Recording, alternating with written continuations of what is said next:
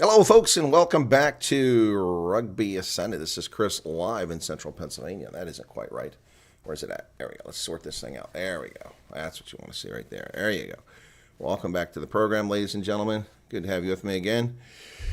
It's the Springboks taking on Ireland today. Sorry for a couple minutes late, but was busy with some things. I don't have a personal assistant. I had to take care of a few things myself. Good to see you all here again. Thanks for your patience. So we have 14 subscribers, and the other channel has 1,300 people watching right now. Wow. Like I said, it's not a competition because we're getting slaughtered. Hopefully people will show up to this broadcast because this commentary will be much more dynamic, exciting, and fluid than the commentary you'll find on any other program. Thanks for joining me. It's a pleasure to have you back with me once again. We're going to get to the lineups here, and we'll talk about the lineups very quickly. We'll talk about some other things here. The Springboks have lost the last 3 games that they've faced Ireland. Shame, shame, shame, shame. It's time to take one home. There is a festive atmosphere at Loftus Versfeld right now. People absolutely going bat crap crazy, loving the Springboks. By all accounts, it's a sold-out stadium, and we're looking forward to a huge crowd, even better than the URC final we had just a short while back. All right, cool beans, folks. So let's get that in the air. Hey, James, how's it going? And we are now 18 viewers as opposed to 1,300 for the other channel. Yeah, boy, I tell you what, you don't broadcast one weekend and they just all abandon you. Sorry, but I had to cover the elections in South Africa. That was much more important. Let's go ahead and get to the lineups. Let me get those up very quickly here. So we'll start with the Springboks. For South Africa at fullback, Willie Leroux back from his concussion head injury protocol when he was knocked out in that game against Leinster. Willie Leroux back at fullback for the Springboks. That's good news. Cheslin Colby on the right wing. Jesse Creel, Damien Delende, the dynamic duo in the center. Inside-outside centers. Kurtley Arnsey, the ever-dangerous Kurtley Arnsey on the left wing. Henri Pollard is back at fly half, and Faf de Klerk at scrum half. Quagga Smith takes number 8 jersey. Dwayne Vermeulen not there. Peter Steph Dutoy wearing the 7 jersey, former World Rugby Player of the Year in 2019. Sia Khaleesi, two-time World Cup winning captain of the Springboks in number 6. Franco Mostart and Eben Etzebeth get the nods. Eben Etzebeth and Jesse Creel, arguably the 2 men responsible for the fact that we have won the World Cup the last time in France. In the front row, it's Franz Malherbe, Bongiam Benambi, and Oxenche, the only starter to have never scored a try for the Springboks. Can you believe that? Oxenche has never scored a try. All right, for Ireland, here you go. Ireland, I guess that's supposed to be a baobab tree in the back with some cheetahs. That's pretty clever, but the pink color doesn't quite cut it for me. For Ireland, Jamie Osborne gets the nod, a debutant at fullback. Calvin Nash, Robbie Henshaw, Bundi Aki on the inside and outside centers. James Lowe, always dangerous, the Kiwi on the left wing. Jack Crowley at fly half. Craig Casey gets the scrum half start because Jamison Gibson-Clark is not available. That's good news for the Springboks. Caelan Doris wearing that number 8 jersey. Josh van der Vlier, number 7, another South African.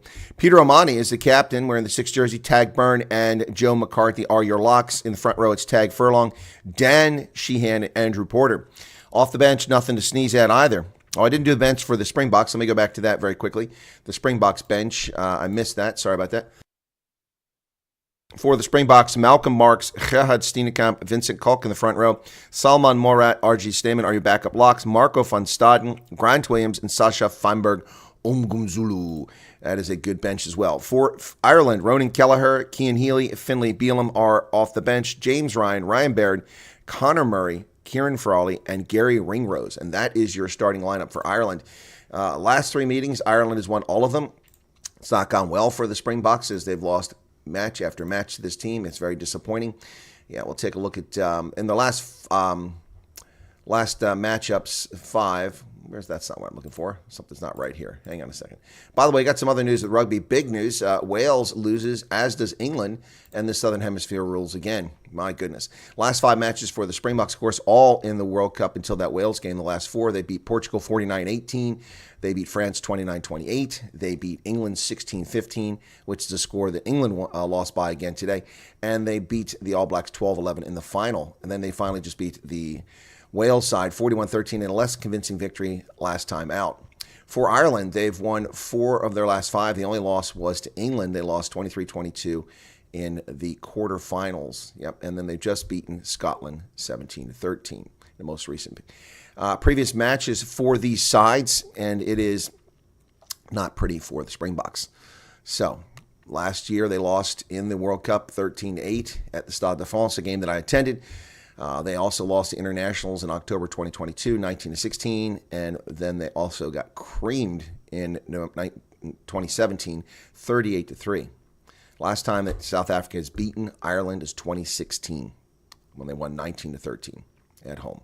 Wow, that's not pretty. Not pretty, folks. Right, there you have it. So that's what we have coming up here in just a few moments, waiting for this one to get started here. I hear the call of Ireland. Two very strong teams. Should be a massive game. Well, I would hope so. I would hope so. If one of my mods could put the link out on social media now, because obviously people are not finding us here. The other side's got 1,300 people watching. We've got 22. Something's not right. Good to see the Loftus green and gold. Yeah, it is, Nick. And then Hendo's here. John De Bruyne, two very strong teams. Should be a massive game. All right. Arc Precision, welcome to you as well. All right, going to take the silly hat off. I've worn it. I've dutifully worn the silly hat. That thing is, it's fun when you're at a stadium, but otherwise it looks pretty silly. So it's off now, and we're going to get ready for this one here. So I'm really looking forward to this contest. So you can see I've got my championship balls out in full force. There is my limited edition Springbok Champions ball up there. And another, this is the real limited edition. This one has a certificate. There's only 500 in the world made. That one on the left-hand side there, the World Cup. And that has the final England, in which they defeated England in 2019. I have not found anything for last year's World Cup yet that kind of replicates that. The closest I could come was this kind of a Moxnick's cheapy thing over here that has world champions 4 times on it. That's some cheapy thing. I got that. Anyway, still looking for some kit and caboodle for the World Cup to celebrate. These jerseys, unfortunately, don't become available to the next World Cup, so we're going to have to walk around for several years with just 3 of these on there when it should have 4. Should 2095, 27, 2019, and 2023. But we're going to have to wait for that, and eventually the Springboks in my lifetime, it'll start here and go all the way down. At least that's the hope. Wow, 5 people just left? Are you serious? Why are people leaving? Wow. Do they want to go watch the Boring Channel? I guess they do. Well, good for them. Let me see something here. Huh. Interesting. So, let me see. I got 1,500 people watching now. And the other guys have got 202, and I've got nobody. What's going on here? What is going on here? Is YouTube playing nice? I'm shocked. I'm absolutely shocked. Wow. All these people come on the channel and say what great coverage there is here, and then when I do the game, there's nobody here. That's odd. We have a smaller audience right now than we had last night for the Eagles, and it was all South Africans watching last night. Only 2 Americans showed up. That's bizarre. As I said, Oxenche is the only Springbok without a try. A game should be coming my life. It should be coming here very shortly. Waiting for that to pop up now. So, how the rest of you guys doing out there? A very disappointing day yesterday when it came to rugby, although today is a little bit better for me as I've got 2 victories on my Super Brew, but it started out very poorly yesterday. Let me do the Super Brew real quick.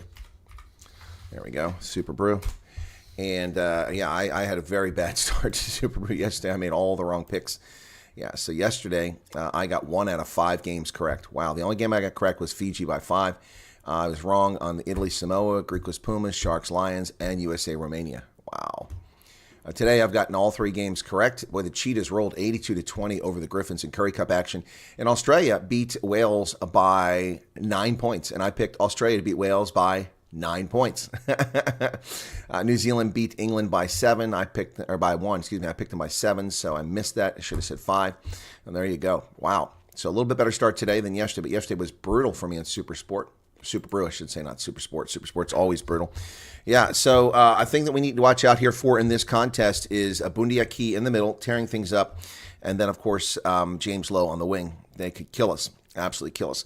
Also, the Springboks need to suck them into the middle and exploit them on the wings with the likes of Villy LaRue, Cheslin Colby, Jesse Creel, and currently Arnsay, all available to run that ball up the pitch. The Springboks can run away with this thing. Tomorrow morning, it'll be Province versus the Bulls. I'll be covering that. Hopefully some folks will show up for that one, unlike today. Gosh, wow. What is going on here? So these other guys live off of this game. Yeah, they live off of this game. All right, so I think what's happening here, of course, a lot of people still this day and age think that they need to be able to find games for free. And they look online and they think they're getting it for free when they see these streams. They're not. These are not free. Hey, good evening, the place of refuge. How you doing? People will join now. I hope so, CB. I hope so. The numbers are going down. We're down to 23 now. Sorry, I'm just a little disappointed that so few people are here. Watching us say game reminded me of how we watched the Springboks play early mornings. Yeah, exactly. Exactly. The Eagles were just terrible last night. They were terrible. I don't, if they look, I'm not going to blame it on AJ McGinty, but he missed 2 kicks he should have made at the end, and they lost the game. Yep. Neither kick sailed over. They both sailed wide right from both angles. So obviously his boot was off at that stage of the game. That's a shame, but that isn't the issue. They were stubborn. They constantly refused to take the points on offer, and that's why they lost the game.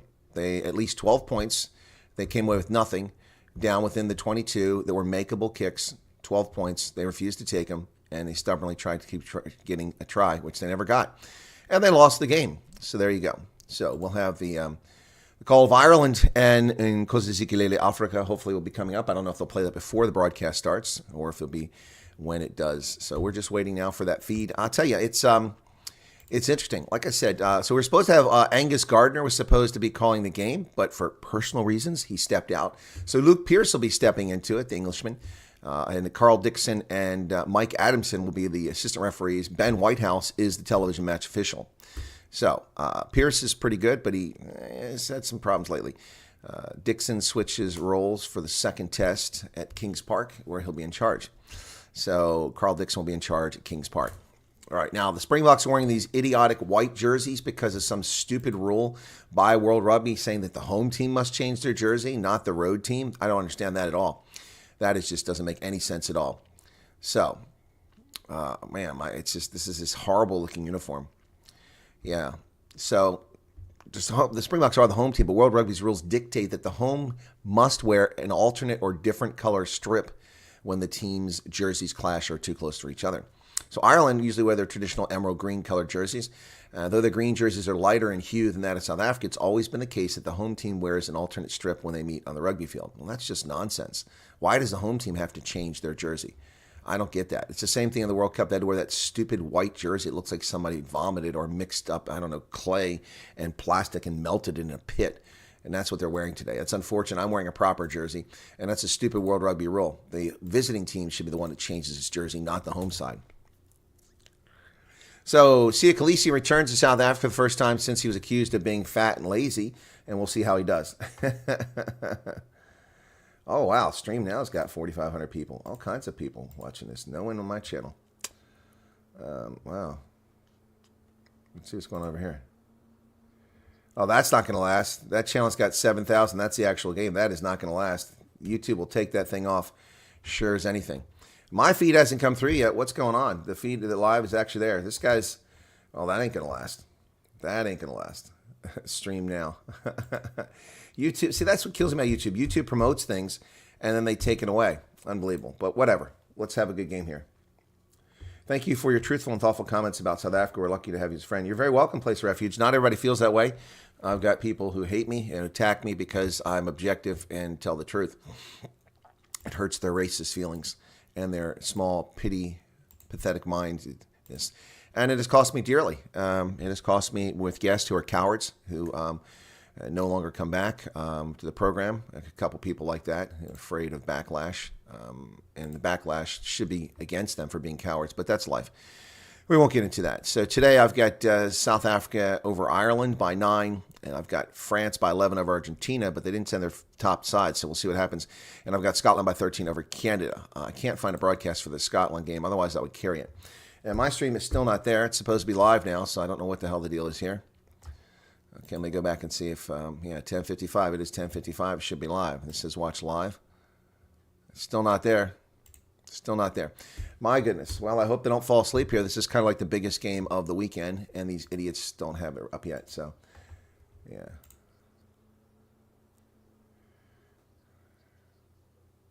Yikes. Looks like a pretty good crowd. Pretty good crowd there, folks, at Loftus. He's in your head. Somebody's got a banner of Rossi. Team's getting ready to come out now onto the pitch. So I'm going to have to watch it over here because my feed is failing me. Now, this is a copyrighted feed, so can't believe it. Someone with 363 subscribers is actually broadcasting this. Kickoff is in 4 minutes. Okay, now my feed is finally there. Okay, here we go. So now I can... Why is it not live? There we go. So out on the pitch they come. All right, 34 people, not the thousands. Well, that dude is pretty muscular. Well, they are stoked. It's a full house at Loftus, ladies and gentlemen, and everybody is into the crowd.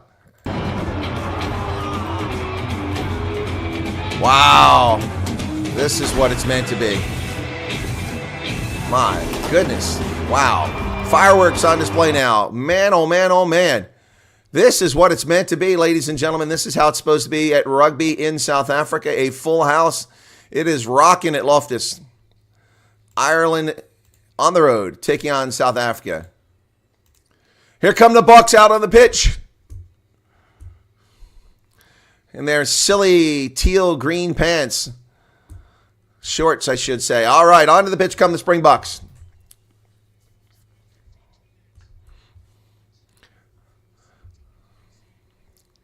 Sia Khaleesi and the Bucks are out on the pitch. Big hug for Faf de Klerk from Sia.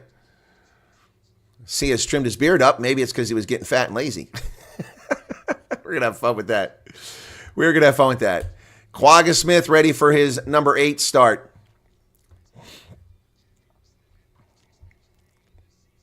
Wow.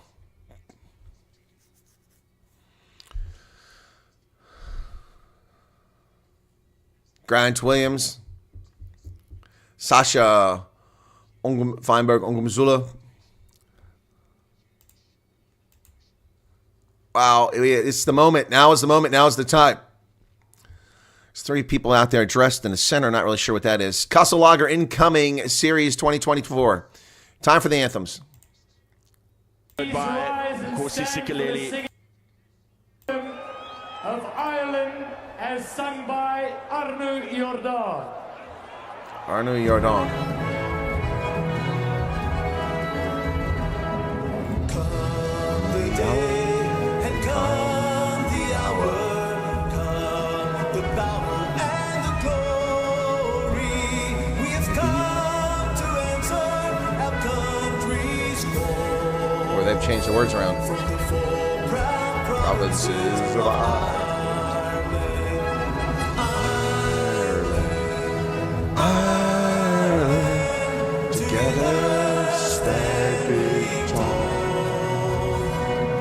Shoulder to shoulder, we'll answer Ireland's call.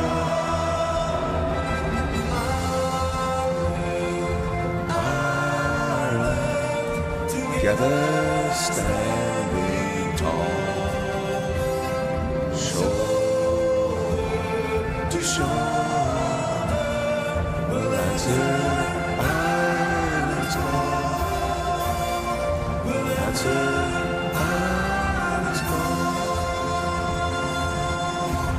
All right, folks, there you go. Now it's time for Rugby Africa.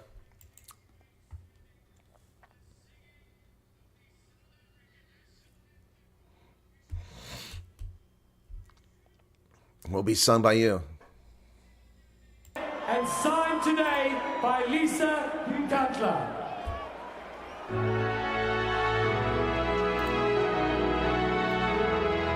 Nkosi Sikeleli Africa. Mabanganisu ololayo. Izoyinto tandazo yetu. Nkosi Sikeleli Tina Lusofolayo. Se chaba saitso o feti se tintwa lena na fleso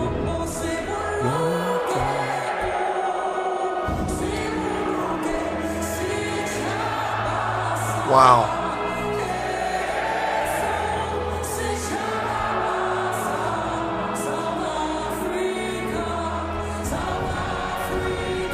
Here we go.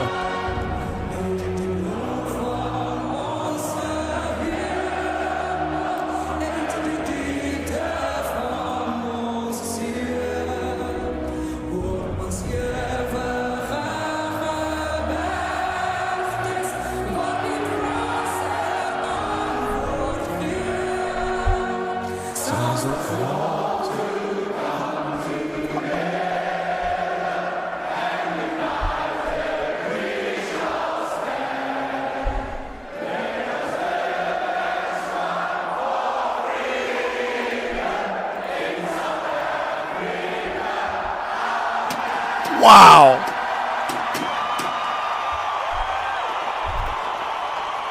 Wow. Unbelievable. Wow. Whew, man, that was powerful. Peter Steph du Toit out on the pitch. Man. This is where it's at right now, the next couple of hours. Loftus Versfeld, the place to be. Ooh, man. What the heck? Somebody's screaming. Wow. Electric atmosphere. Ireland will kick to the Bucks. From right to left on my screen.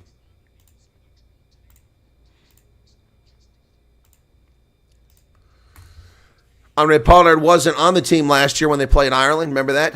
Here we go. Wow. Luke Pearce is the official. Mike Adamson from Scotland, Carl Dixon, and Ben Whitehouse is the TMO.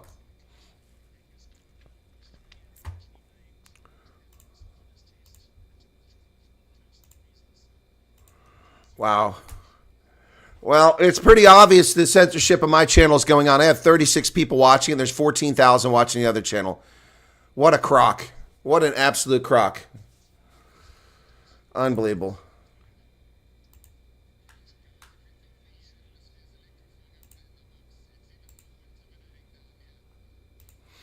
Wow. Skulkberger speaking. So much been said in the media, and when that happens, these games tend to ramp up in intensity, and intensity is what you're feeling here. Can't wait for this one, boys. Yep, Skulkberger can't wait for it. Neither can I. Here we go. We're ready. The wait is over. The time is now. Loftus Versfeld. Jack Crowley to kick off to the Bucks to get this one underway. The whistle goes from Luke Pearce, and we are underway. Ireland goes short on the far side of the pitch. Up into the air goes Franco Mostard. He comes down with it, and the Bucks are into a ruck. Call to use it already, and the players just hit the ground. Luke Pearce needs to slow down a little bit here. Faf de Klerk kicks it high into the air. The chase is on up the midfield. Knocked backwards and into the hands of Robbie Henshaw. That doesn't look like Robbie Henshaw. Oh, lost forward by Ireland, picked up by Mal Herbert to Bongiam Benambi has the ball off the Faf de Klerk. On the wing they go to the outside to Curtly Arnsey down the 10-meter line. He's held up there. Khaleesi comes in. Tackle release from the 10-meter line. Here come the Bucks. Mal Herbert into the line, down to the turf. De Klerk over to Oxenche. Oxenche being held up by Crowley, but he gets to the ground. Here come the Bucks around the mid-side. Oh, Peter Steph du Toit goes over the first tackler. It was Dan Sheehan. And Faf de Klerk nearly tackled. There's Eben Etzebeth with his first carry, trying to place the ball, but he's being rolled over by the opponents. De Klerk digs it out. Quagga Smith, first carry. Nothing here, no ambition by the Bucks at the moment. Ball's available to Klerk. Now here comes a kick by Pollard. Chased down to the far side of the pitch. Curtly Arnsey's over there. It's taken in the air by Jamie Osborne, the debutant. Peter O'Mani offloads that ball to Caelan Doris. Not yet, says Luke Pearce. Faf tried to come in. He thought it was available, but it's not. Kick over the top by Craig Casey. Chase is on. Villy LaRue on the high ball comes down successfully. He's tackled almost immediately. Crowd applauding. Very energetic crowd at the moment. Franz Malherbe drives into the line. He's tackled. A side entry by the Bucks. Got to be careful there. No penalty called. They come to the near side. Jesse Creel, Damien de Allende. And there goes Peter Steph du Toit. Dumps it off to Damien de Allende. Lots of Ireland players there. Faf de Klerk brings the ball back into the center to Ox. Pollard over to Villy LaRue. Villy LaRue to Jesse Creel down the sideline. He's got Khaleesi on the outside and Curtly Arnsey. Curtly Arnsey down the sideline. Here come the Bucks. Curtly Arnsey. It's going to be a try. South Africa, Yermo! We're in! Just like that, 2:32, and it's a try for the Springboks. Wow, you can see it coming a mile away. Incredible stuff. Absolutely incredible. Unbelievable. Currently Arnsey with his 4th international try. Woo! Unbelievable. Now that was ambition by the Bucks. All started by Willie Leroux. Faf across to the middle to Bungie. And there's Willie. Willie finds Jesse Creel. Creel has Khaleesi. Khaleesi finds Kirtley, and there's no one there. He cuts back inside and burns Jamie Osborne for the try. And the Springboks are on the board. Woo! Man, oh man.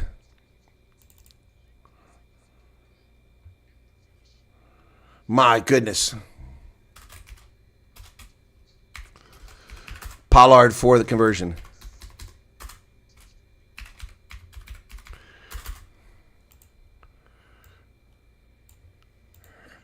Flags go up and it's 7-0.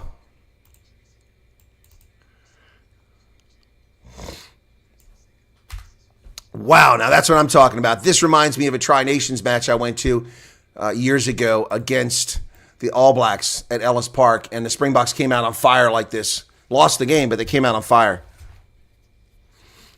James Lowe couldn't get there, and the Bucks are out in front early on. Rossi's return. Jack Crowley now with the restart. Curtly Arnsey with his 14th international try. Springboks up 7-0, 4 minutes into the contest. Ball inside of 22. And it's knocked on by Quagga Smith. Oh, big mistake. Oh, my goodness. So Quagga Smith knocks it on and into touch. What a shame. That's a wasted one right there.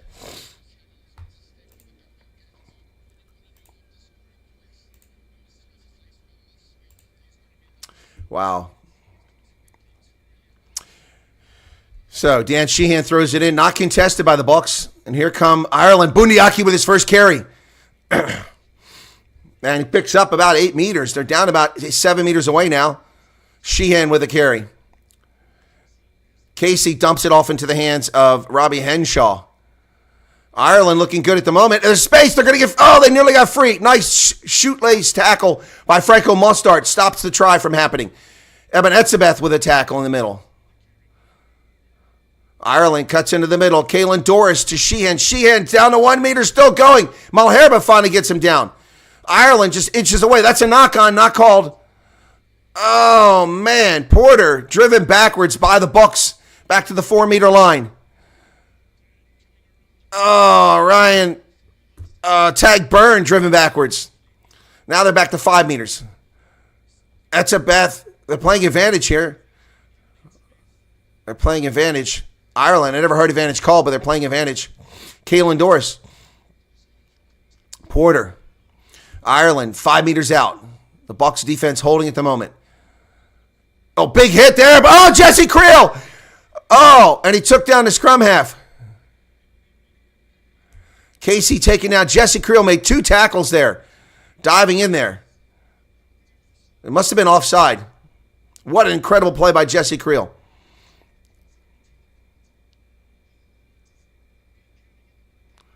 So what's Ireland going to do? They're going to do a tap and go.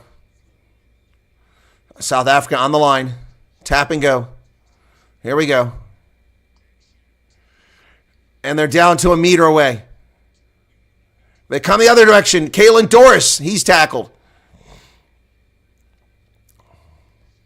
Tad Furlong to Sheehan. Sheehan's over the line, but pulled back by Quagga Smith.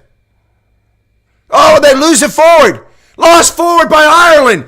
The Bucks have it. South Africa has the ball. Franz Malherbe. Oh, got to fight. We got to fight. We got to fight here.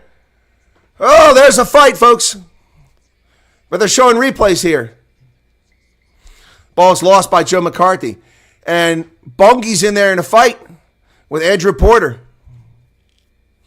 Little bad feeling here between the two sides. It's going to be a 5 meter scrum for the Bucks here. He's calling Khaleesi over. puts the Bok jersey on, intends to score a try. Joe McCarthy should be in no position to catch the ball. You see them go to the quick tap. So Luke Pierce just told both captains, none of this horse manure, stop it. That's the only warning you're getting. Cards come after this. Wow. Crowd is into it. Listen to the crowd. Ireland were quick on the engagement, quick on the hit, and they put the Springboks once or twice. Wow. 5-meter scrum to the Bucks in their silly teal uniforms.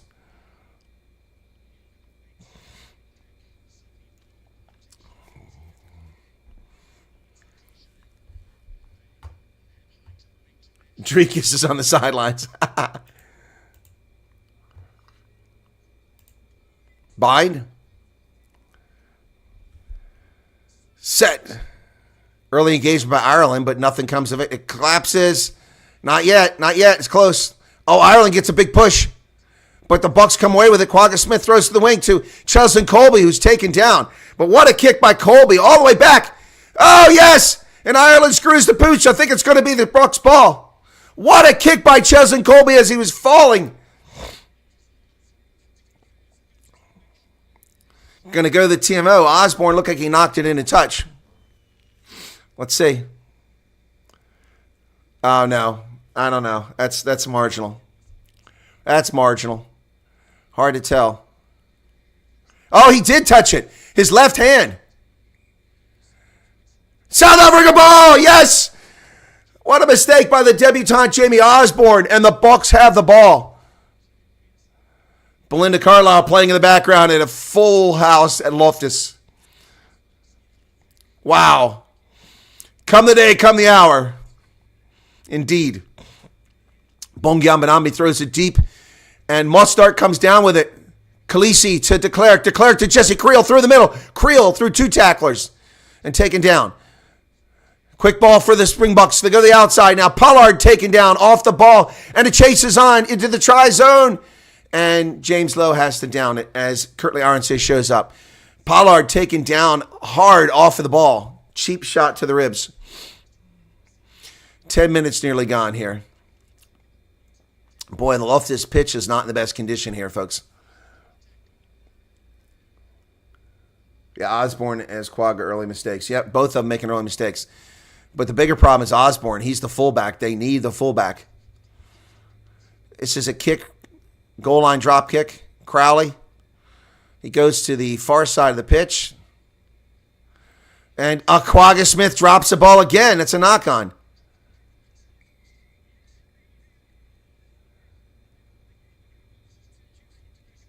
They didn't call a knock-on, but they'll call not releasing. What? This is crack. It should be a scrum, not a penalty.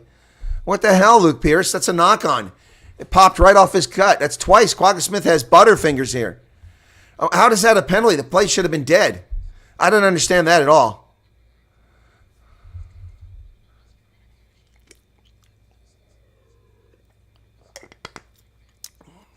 Quagga didn't know if he was supposed to catch that or if the lock was going to get it.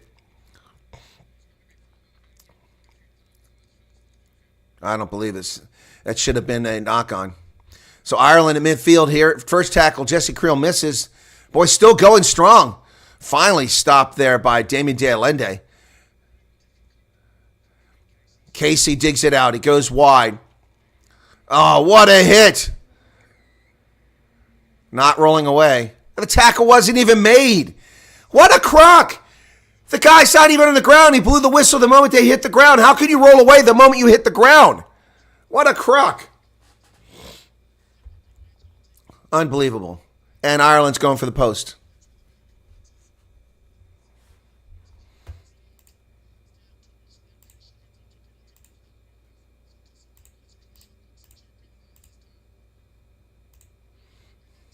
Unbelievable.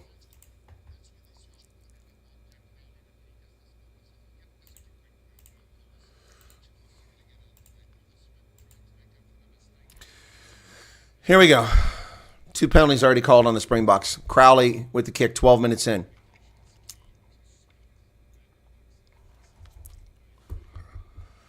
$40 meters.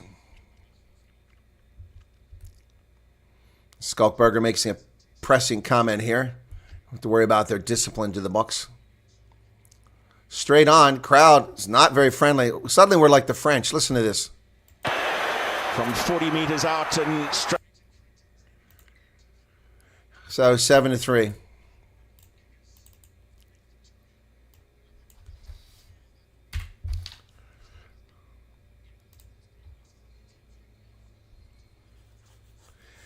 All right, here we go with the restart now. Pollard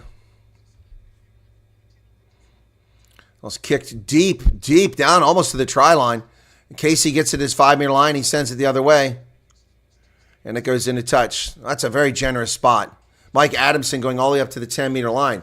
It's a hell of a kick from Casey if it's actually where he put it. But so the Springboks have a line out at Ireland's 10-meter line. So far, possession's been in favor of Ireland, 56%. It didn't seem like that. It seemed like South Africa. Territory, Ireland, 61%. Wow. Line out successful. Etzebeth, de Klerk, Pollard, Creel.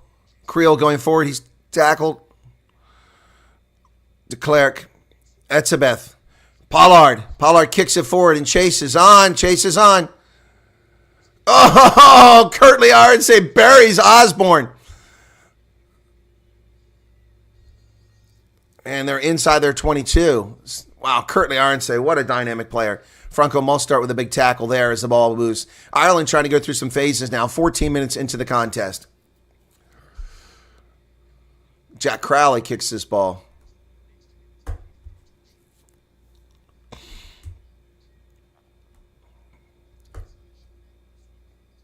My goodness.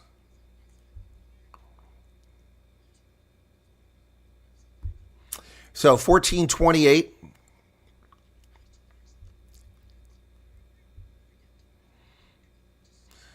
Bongi Amadambi with the line out here from the 10-meter line. Just short of it.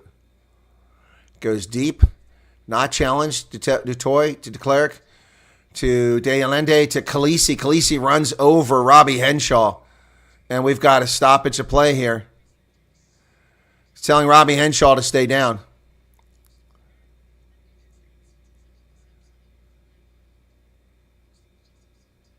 And Luke Pierce is calling for a head injury assessment on the spot. Khaleesi just ran through Henshaw. I think he might be going out for 10 minutes.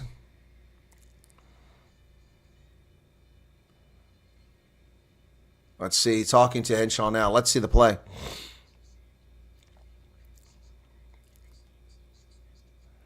That's a high tackle. That should be a card on Henshaw. That should be a card on Henshaw. A minimum penalty. Goes right into his shoulder. Actually, I think it's a fine play, but in the way World Rugby is these days, that should be a penalty.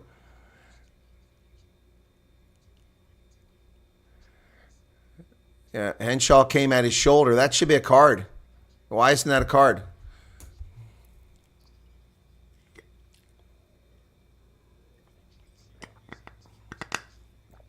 So wondering why we're not getting a penalty here at a minimum. So Luke Pierce is concerned about Robbie Henshaw's health, but not about Sia Khaleesi's health or about the penalty.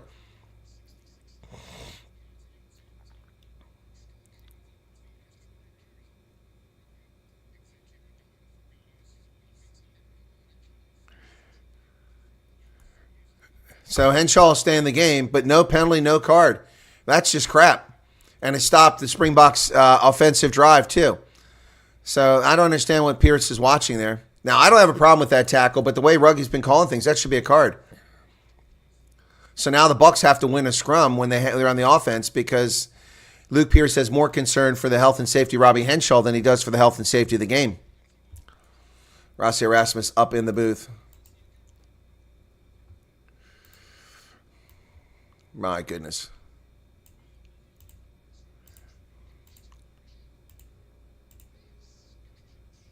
Crouch. Bind. 15 minutes into the contest. Luke is from England, James.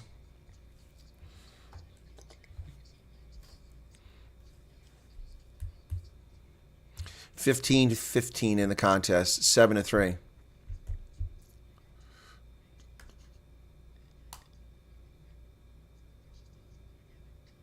Crouch.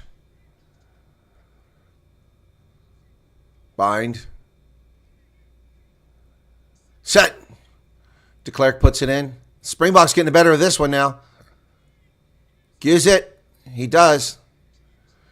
Pollard.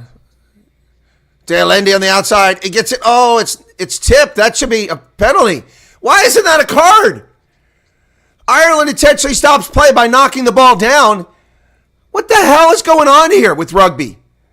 That should have been a penalty, a card. And Ireland not rolling away. Finally, a penalty call there. McCarthy just lying there and Pfaff tripping over him trying to get to the ball. Scrum, it's right in front of the post. Post, yeah, shot. Yeah, thank you. It's right in front of the post.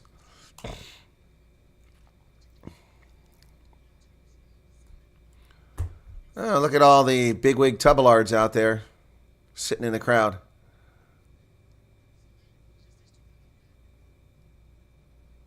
Pfaff, yeah, McCarthy's just lying there. Not making any effort to get out, so they get a penalty. Easy shot for the Springboks.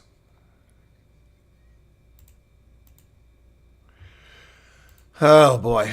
This should be an easy shot for Pollard.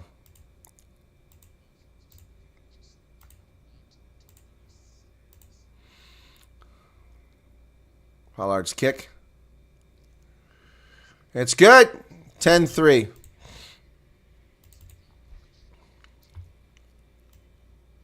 He is from England. I said that a couple of times. It's from England.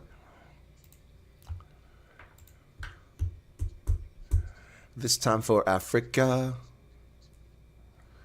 10-3, 17-27. Bucks in front. I don't understand that. Ireland hit the ball, knocked it on, and it was a ball that couldn't possibly be caught. No penalty, no card. That used to be an automatic card, which I disagree with, but that clearly stopped Kurt Liarense from scoring a try. Unbelievable. This time, Quagga, and the crowd cheers. Quagga holds on to the ball.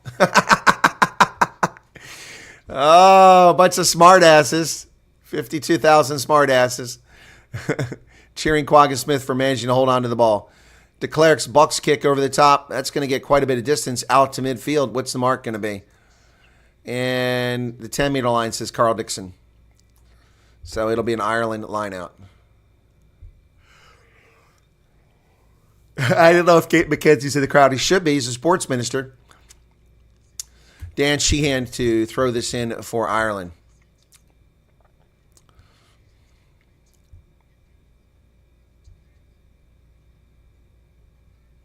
Not challenged. Oh, it's a double move. Yep, dummy throw. I thought so. Yep, he went twice. Good call. Luke Pierce made the call this time. Free kick. Bucks are going with a free kick.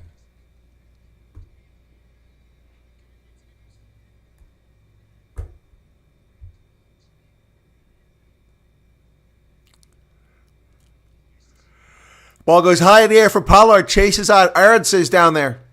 This one, Osborne takes clearly in the air, but he's met by Etzebeth. Tackled more by his own players than Etzebeth. Oh, Casey kicks it away. That ball goes nowhere. Knocked around on the ground by Ireland. Bucks have it. Villiers Leroux now kicks it to the near side. Chases on. A little too much.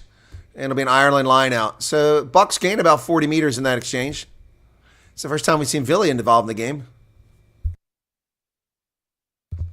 Begin to wonder if he was out there.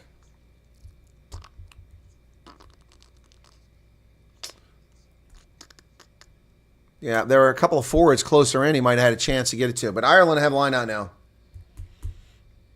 Yeah, he is the Minister of Sport, R1. That's correct. 20 minutes into the contest. 10-3. South Africa leading Ireland. Dan Sheehan to throw it in. Uncontested. Goes to Peter O'Mahony. And now it's over to Crowley, who kicks it high into the air to the far side of the pitch. This is going to be us. Knocked on by Ireland twice. Come on. Curtly Ironsay's chased into touch. What do you mean the first one's okay? It's unbelievable.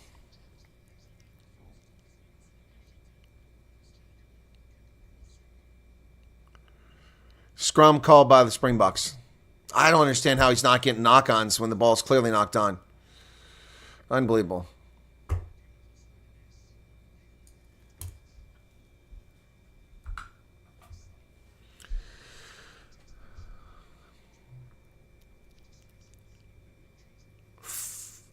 '41st test ever at Loftus.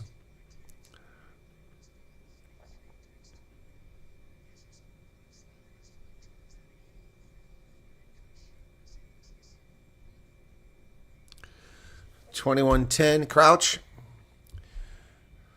Pack weights are 903 for the Bucks, 896 for Ireland. Pretty even there. Set, says Luke Pierce. Faf de Klerk puts it in the pipe. Quagga Smith brings it out. There's Faf over midfield. Into the hands of De Allende. De Allende to Curtly Ironsay. He bounces off a tackler, then taken down. Back to the middle to Mostart. Mostart's tackled. De Klerk, the ball's thrown up. Villy LaRue's got it. That's a forward pass. And he throws it to Ireland. Sheehan fell. It was a forward pass.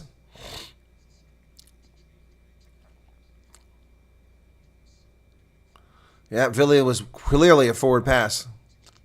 Vantage is over. Osborne with a carry. Bundiaki's there. And Curtly Ironsay takes them both down. My goodness, he's strong. Cheslin Colby's another person we haven't seen much of in this game so far, except for that one beautiful kick. Oh, South Africa's going to be called for not rolling away. Nope, they didn't get him. Crowley high into the air to the far side. They're finding a weakness over there. Villy's over there. He's got it. Villy gets it. He hands it off to De Allende. De Allende avoids 2 tackles. Bounces off a third one, a fourth one. Takes 2 more tacklers forward. Damon De Allende is a beast. And look at his hands in the ruck by Ireland. No call. Unbelievable. Luke Pierce is letting this game just go. LaRue to Creel. Creel to Peter Steph Dutoy. Steph Dutoy over midfield. Here he comes. Still going. 10-meter line. He's still going. He's got Curtly Ironsay. He cuts inside. It's Cheslin Colby. Cheslin Colby gets the Bucks down here.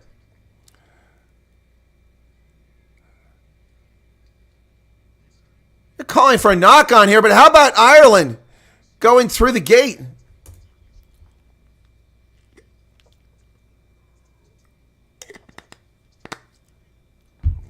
Peter Steph Dutoy, what a big pickup there.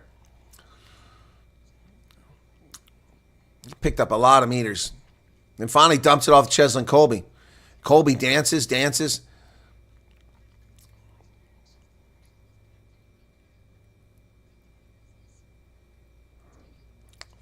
played the scrum half. I don't understand this, how you can play the scrum half. You're not supposed to be able to play the scrum half.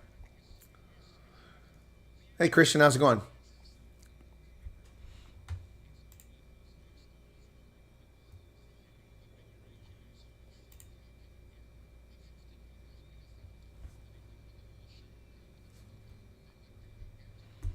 Wow, the Boring Channel has 1,600 people watching and I have 50. That's unbelievable. Unbelievable. Wow. 10-3. Scrum to Ireland.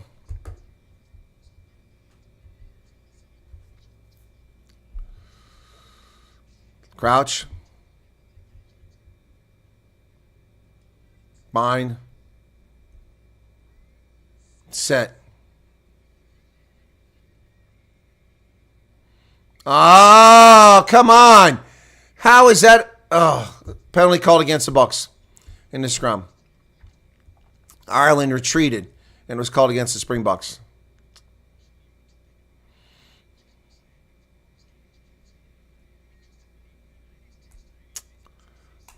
Man. 24-48. Hey, Herman Fenta, how you doing there, man? Ulrich Fenter's here.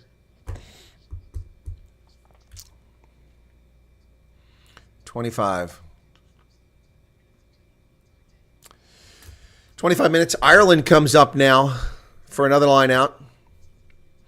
Beautiful purple skies developing over the Highveld in Pretoria. Oh, no, it's the Springboks with the line out. And that ball's challenged, but Oxen Che comes away with it. And he drives forward about 7 meters. Faf de Klerk digs it out of that ruck over to Malherbe. Malherbe gets about a step and he's down. De Klerk into the middle to Pollard, who kicks it high to the far side, into the air. Arnse goes backwards, picked up by De Allende. De Allende breaks through, but then he's tackled.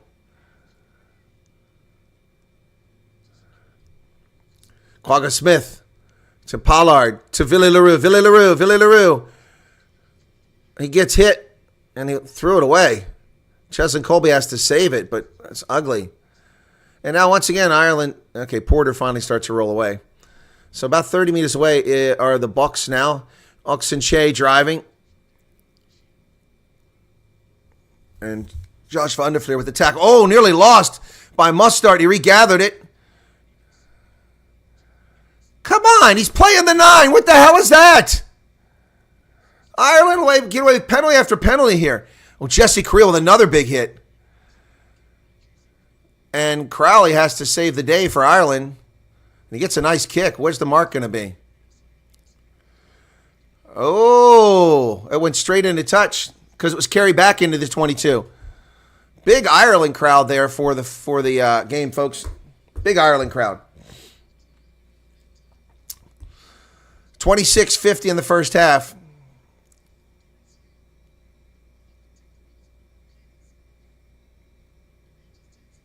Now, Kalen Darish just took the play. He hit Faf de Klerk in the head. 27 minutes. So here's a line out for the Springboks inside the 22 because of Crowley's mistake of kicking it straight into touch. Not challenged. Just Dutoy comes down with it. Khaleesi to Etzebeth. He bounces off the first tackler, still spinning, and he's taken down by Josh van der Fleer.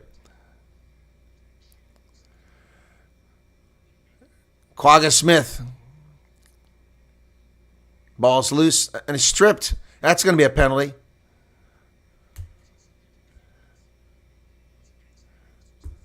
It's against Porter. Off the feet. Yep. They're going to post. They're going to take the points.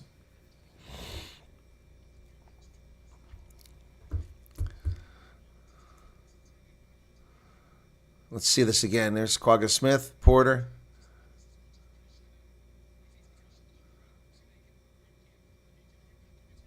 Porter was off his feet. All right, easy 3 points for Andre Pollard on offer here. Should be able to make these with no problem.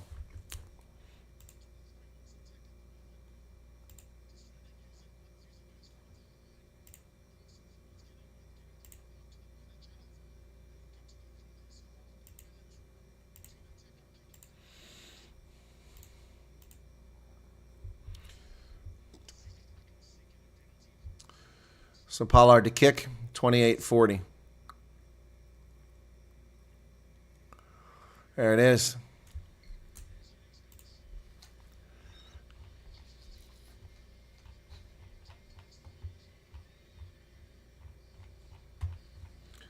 So 13-3. Successful.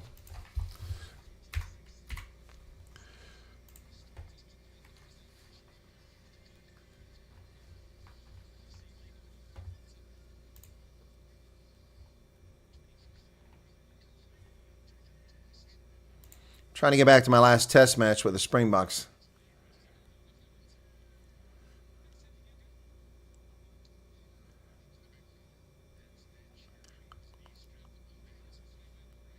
We had the All Blacks and South Africa last year. I had 25,000 views. I have 600 views on this. Tell me there's not freaking shadow banning. Give me a break. Khaleesi's talking to Luke Pierce about something here. I'm not sure what he's talking about. Hey, Crystal, how's it going?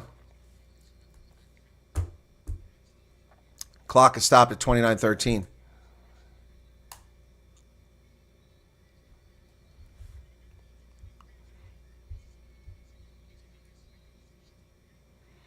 Ireland player getting his knee taped up here. It's Dan Sheehan. He had 5 tries in the Six Nations this year.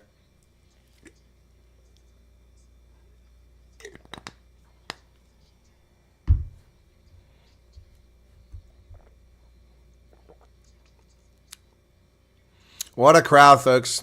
People really into this game. Man, oh man, it is awesome to see the place sold out. Must be crazy at Loftus Park earlier today before this game. It's a gorgeous sight to see a Springboks game sold out. I hope the Portugal game gets a big crowd too.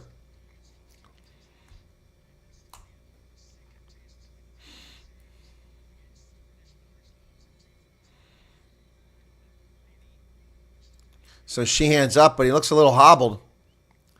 I don't know if he's going to be able to go. Dan Sheehan. And now we've got Eben Etzebeth getting his cleats taped up. Fixing the boots. So Etzebeth is approaching Victor Matfield for the most tests ever.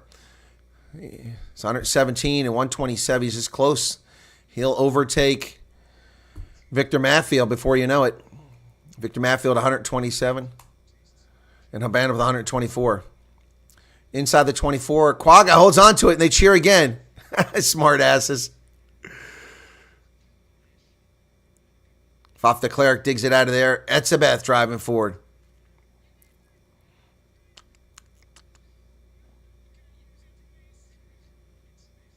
Etzebeth rips. Who is that, Porter?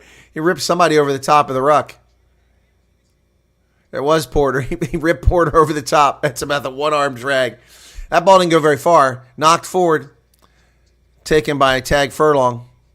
He's tackled there. They go out on the wing.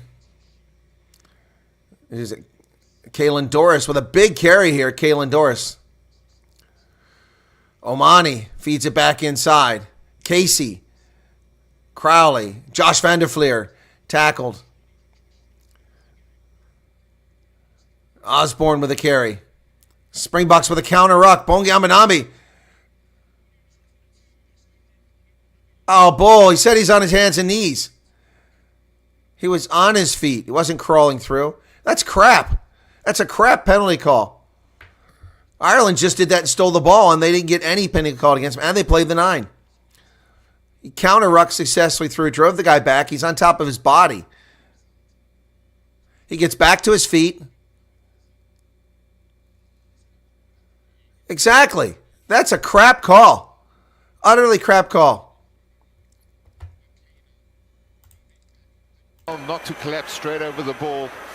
Got done for crawling. He's wrong. He got done for crawling. He wasn't crawling. It's total crap. That's a gifted penalty to Ireland. Luke Pearce is shit today. Once again. Unbelievable. Place Refuge says, don't stress, Colonel, you're the best. Well, thanks, Place Refuge, but we're trying to grow this channel. Still struggling to get to 5,000 viewers. There's the kick. Missed it. That was an easy kick, too. Crowley missed it. Wow. Crowley missed an easy kick there.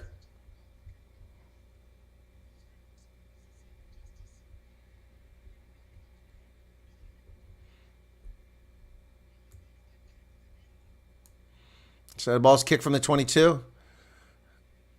McCarthy comes down with it. He picks up about 5 meters. Casey over to the middle. Kalen Doris. Tag burn. They go wide. Casey. Bundi Aki has a hard time digging it out, but he does. He's tackled by Jesse Creel. Creel gets out of the way. They go wide. And Kurt Narense, and it's thrown into touch by Ireland. But they're saying the Springboks are offside. Boy, what a gift. Luke Pearce is throwing this game for Ireland. Absolutely throwing this game for Ireland. This is a Helen Keller performance out here. Unbelievable. So they're going to go for the corner this time, are Ireland.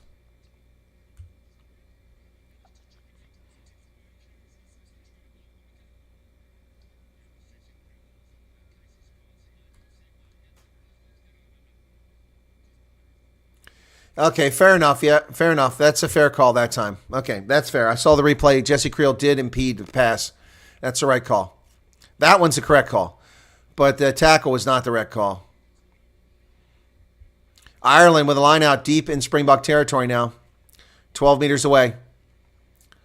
They haven't contested any line out so far. Malherbe backs away from the line out. What is going on? Throw the damn thing in.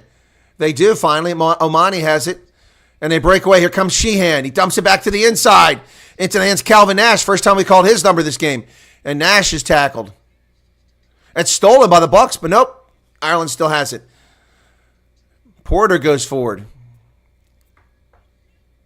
Khaleesi with it. And going through phases here, just 5 meters out. Casey. Robbie Henshaw. He's tackled by Oxenche. Casey. Porter again. He and Ox go head-to-head. Tackles made. Casey. Kalen Doris now. Kalen Doris. Mustard meets him first. Then De Allende and Casey. He gets met. Porter. Oh, Sheehan. The ball knocked off a body of a Springbok. 6 phases. It seems like more. Casey. Furlong. Over to the middle. But they've been losing space. They're going backwards here. Crowley in the middle. Nothing happening here. No ambition by Ireland at the moment.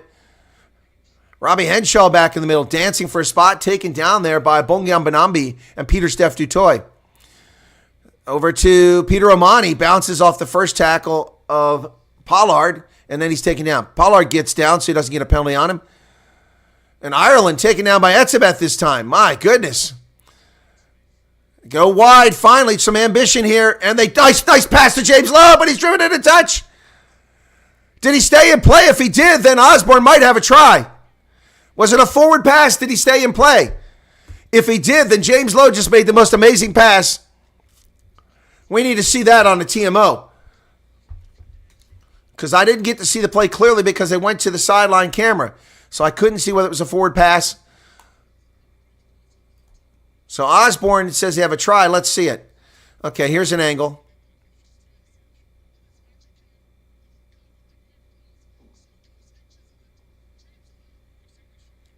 It looks good, actually. Actually, it looks good. He's got to make sure his boot isn't in touch here. James Lowe with amazing. And he does. It's a try. Yep, no, it's good. That's a try. Wow, what a try. Wow.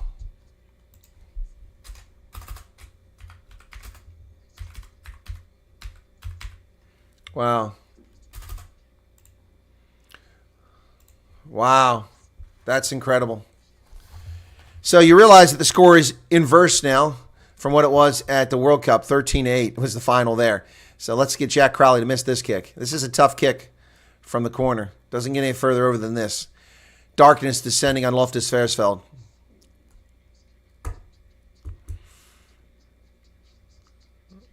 Why is it he's got 45 seconds on the clock? It should have long been expired at time.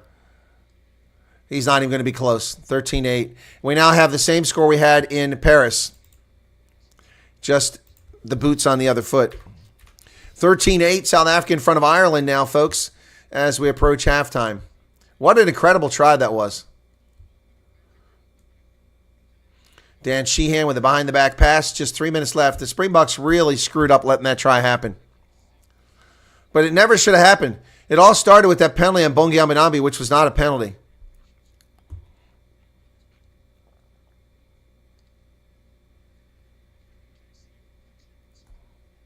So Casey kicks the ball into touch. It'll be a Springboks line out with about 3.5 minutes remaining in the first half. 3.5 minutes remaining in the first half here. 36-44. The Bucks out in front.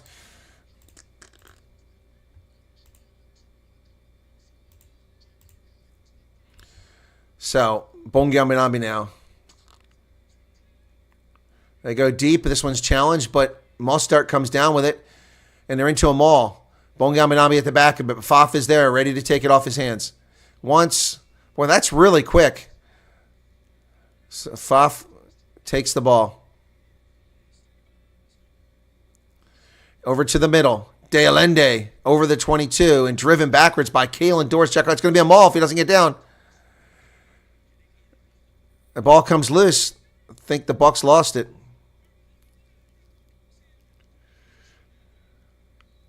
Ireland get it. Oh, my goodness. Here we come on this side. Sheehan on the outside. He's tackled. I'll start with the counter ruck. Nothing doing there. Chelsea and Colby doing the same.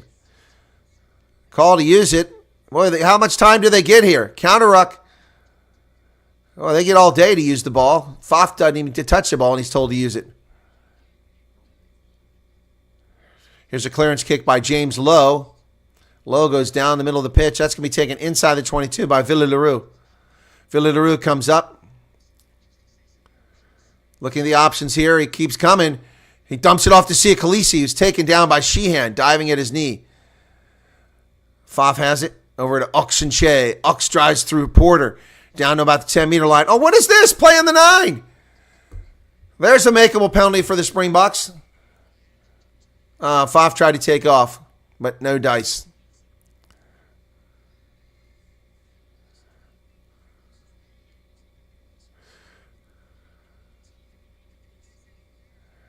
Porter, once again, the foul committer.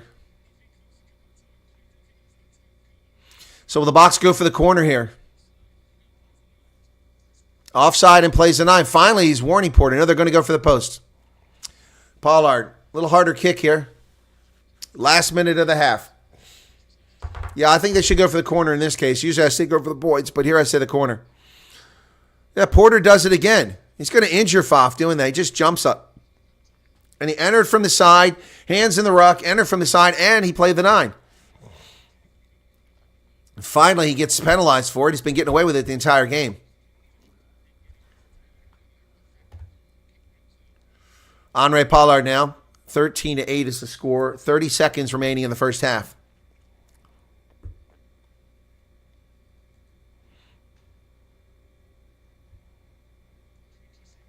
It better peel back. He's going to miss it.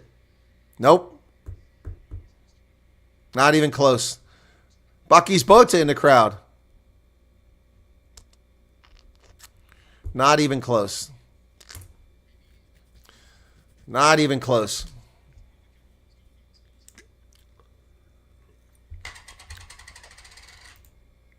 With that penalty kick, there would be a restart. So hooter sounding for half-time. Crowley. So will the Springboks just put in a touch to end the half? Nope, they're going to play it. Quagga Smith. Still going. Pfaff de Klerk. Villileroux goes wide.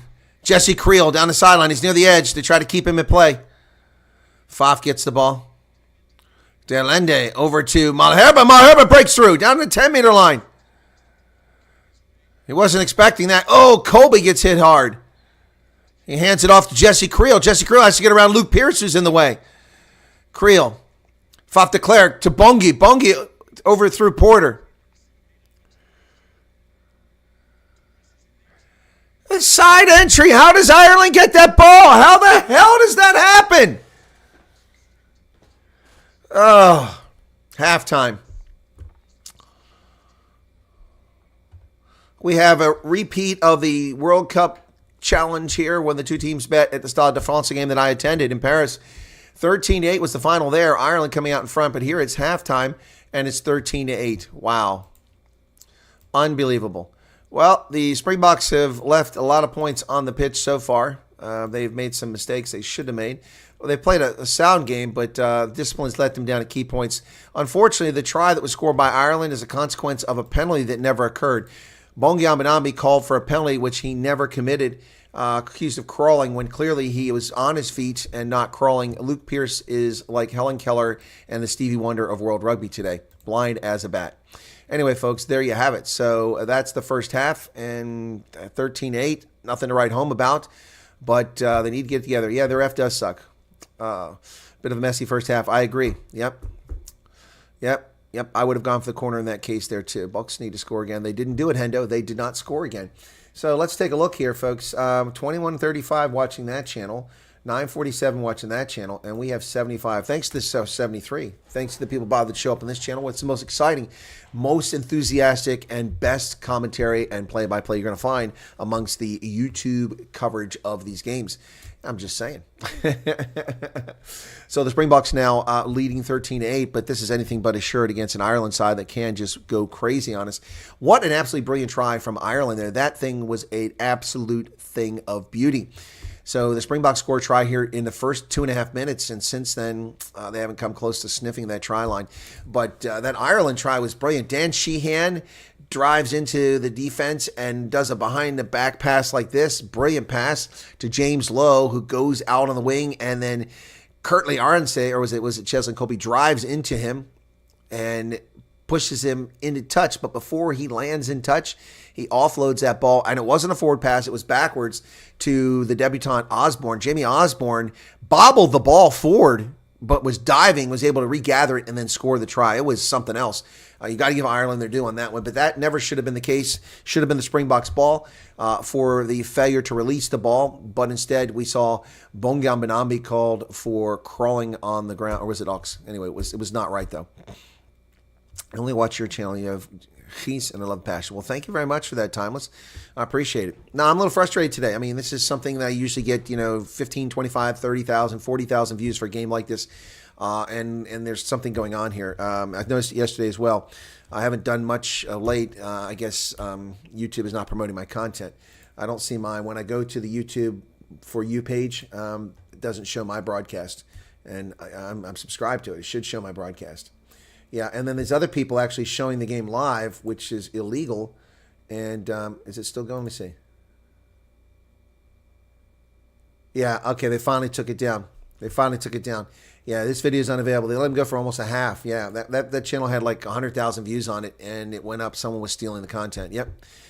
Yeah, the TMO. Again, I don't understand two things early on here. Number one, on the hit that Robbie Henshaw made on Sia Khaleesi, which forced the stoppage of play when the Springboks were driving, why there wasn't a penalty at a minimum, a yellow card at least on that. It was a high tackle. Henshaw went right for his shoulder, and he paid the price for being a poor tackler.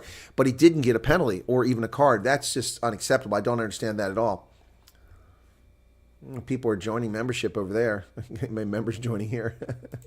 Anyway, yeah, so I don't understand how or why. That's just utter nonsense. That should have been, it easily should have been a card, but whatever. Anyway, yeah. And then we had the situation when the Springboks were driving and Cheslin Colby was on the wing, and the Irish player stuck his hand out and just knocked it away.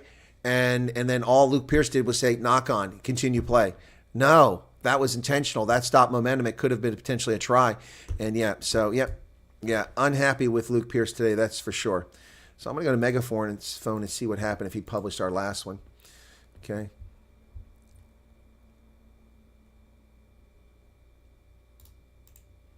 Just want to see if he's got us here.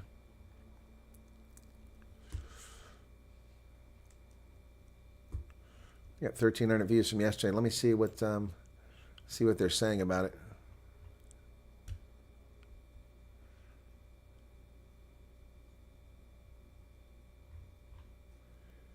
All right, so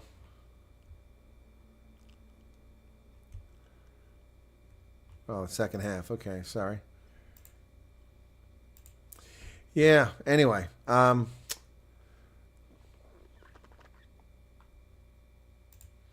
Sorry, folks. I'm just trying to check something here out. Anyway, yeah, so thanks for the 70 people currently here. Timeless, I agree. I had to search, and normally I get told instantly. Exactly. Something strange is going on here, Timeless. Maybe they're hiding my content.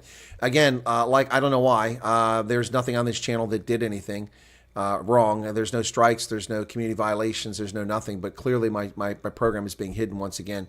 This is disgraceful. I get promoted things I don't even watch come up on my channel. I look, but yeah, this is clearly. So like I said, when I covered, even when I covered Argentina versus South Africa in August of last year, I had 5,000 views on that. 5,000 for the Pumas game. 25,000. Yeah, Timeless is subscribed. Otherwise, I wouldn't be able to chat. It's only people who are subscribed can chat on here. So, yep. Yeah, last night didn't shock me, folks. I mean, you know, these weren't not games anybody really cared about last night, except me and a handful of people. So last night, yesterday, I covered the Griquas and Pumas, 453 views. That's still, usually for a game like that, it's 1,500. Sharks Lions, that's usually 2,000, 1,500, 2,000. That was 769.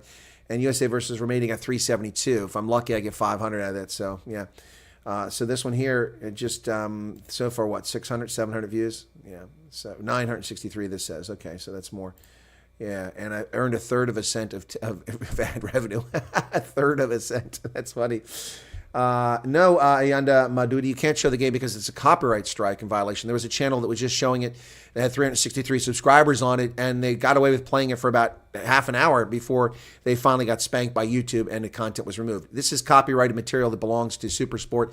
Can't show it. What I can do occasionally is pop the audio in, like when we hear Skulk Burger say something, we'll get the man of the match interviews after the game, stuff like that. But can't show the game. It's illegal. And in fact, YouTube is correct in this case, saying it's illegal, not allowing you to do it. So, yep.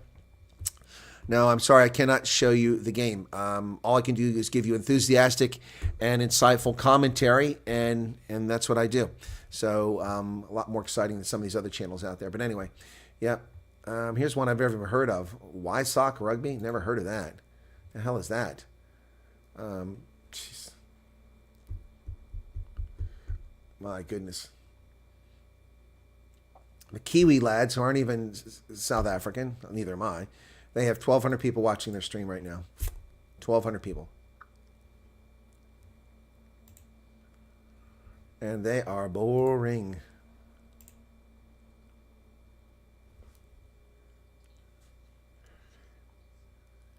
Nah, those guys are boring. I'm sorry, I can't watch that. It puts me to sleep.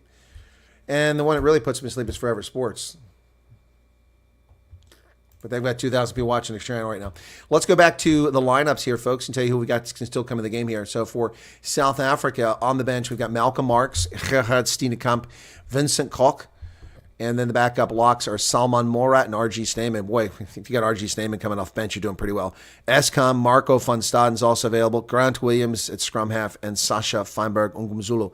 No need for substitutions yet, but that's what they have available on the bench. For Ireland, on the bench, they've got Ronan Kelleher. If you take Dan Sheehan out, Ronan Kelleher is a good replacement. Cian Healy, good replacement. Finlay Bealham, not bad. Not a fan of Finlay Bealham, though. He's an oddball.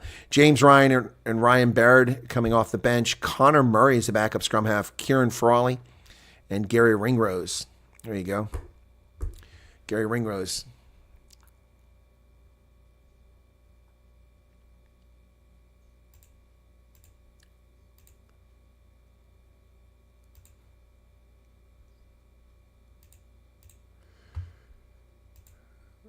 So let's take a look at the stats. First half possession, 51-49 in favor of Ireland. Territory, 52-48 in favor of the Springboks. Both have 5 turnovers, 5 penalties against the Springboks, 3 against Ireland. The Springboks won all 6 of their lineouts and all 3 of their scrums. And Ireland has won 4 of their 5 lineouts and missed and won their only scrum. So listening to the halftime show here, it's rare to actually get a halftime show because I'm actually getting the television feed instead of the studio feed, which is weird. I don't usually get the studio. I usually get the studio feed. So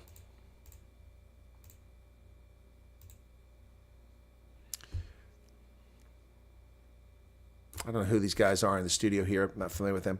Anyway, if you are not on, I do not watch. I rather watch a rerun tomorrow. Well, thank you, Thomas. Very generous of you. My lawyer was here since 11, and they had a supper early. And the rest. Oh, I'm sorry your lawyer was there.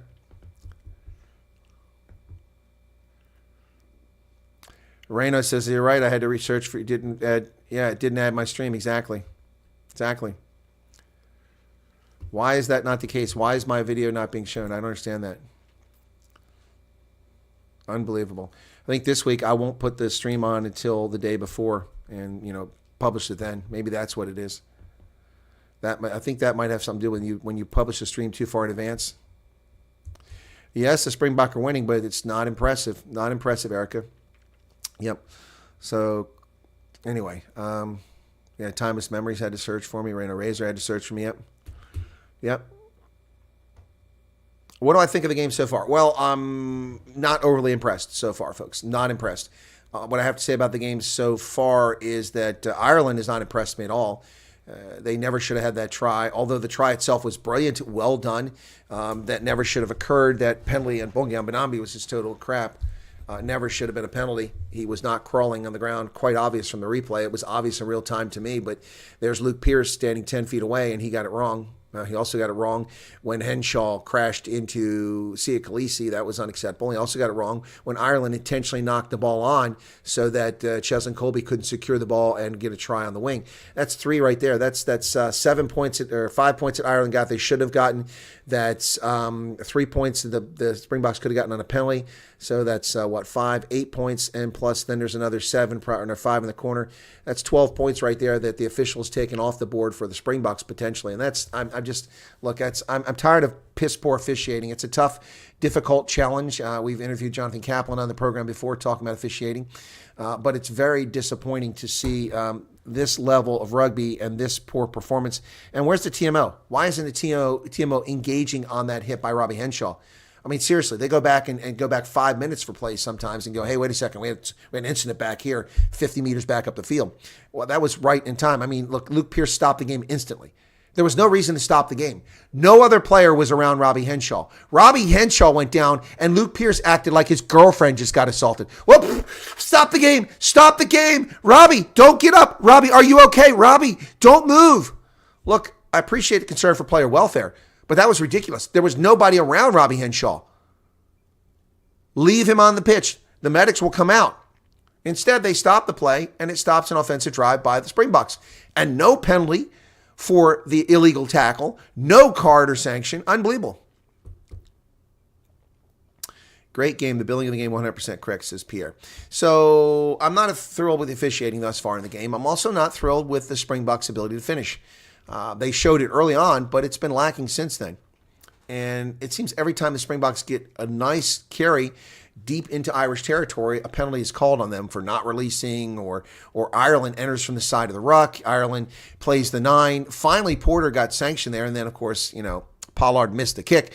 But finally, they got sanctioned. I mean, Porter's been doing it the whole game. He runs in from the side. He grabs the 9. He puts his hands in the ruck. Not a single penalty called on this guy.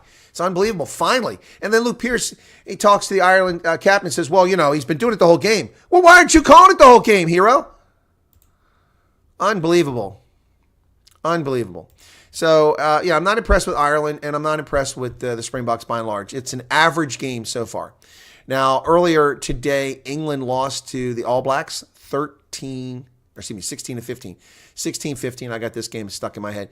16-15 was the score there in New Zealand, and then Wales lost to Australia, the Wallabies winning 25-16. So, yep.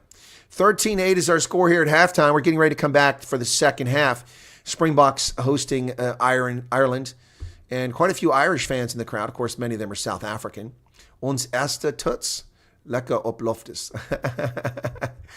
Yep. They're playing Europe now, the final countdown. Well, they gave nice flags out today, MTN flags. Those are pretty. I haven't seen that. Never had one of those before. So pretty excited crowd here, but if the Springboks don't start stretching this lead out, people are not going to be happy in the second half. I'll tell you that right now. I think they're getting ready to come out as they start lighting up the little propane fires at Loftus. Here they come back on the pitch. Halftime is over. Okay. Fed the horse. Okay. Well, thanks for joining, Indy. Almost nobody's here today. We barely went over 1,000 views. Other channels have twice that many concurrent viewers. Most we've had is 75, I think. Second half, ready to get started here. Now it's dark. Darkness is on Loftus.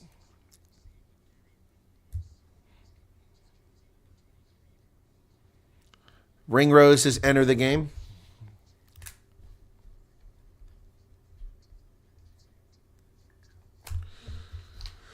So here we go.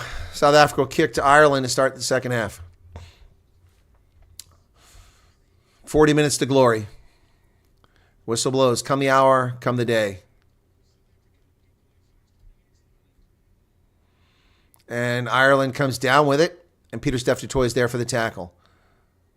Casey digs it out. Omani with the carry. Taken down by Malherbe, who gets out of the way. Casey's box kick. Nicely taken by Willy Leroux on the high ball. He feeds it back to de Klerk. And here we go. Mostard to Pollard. Pollard cuts through the middle, gets up to midfield. Places the ball. De Klerk. Bongi over to Quagga Smith. There's a high tackle there by Ireland. No call. Is that Porter again? Oh, nice pass to Pieter-Steph du Toit. And then it's knocked into touch by Ireland. Springbok line out. 40-57. It was a nice pass to Pieter-Steph du Toit through traffic. I was surprised it got there.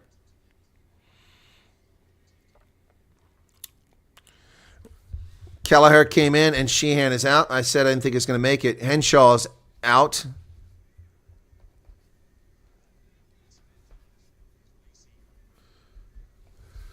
Jesse Creel with a carry inside the 10-meter line. Faf de Klerk.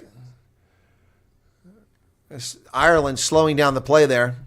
Pollard tipped it to Willy Leroux to Kurtley Arnsey.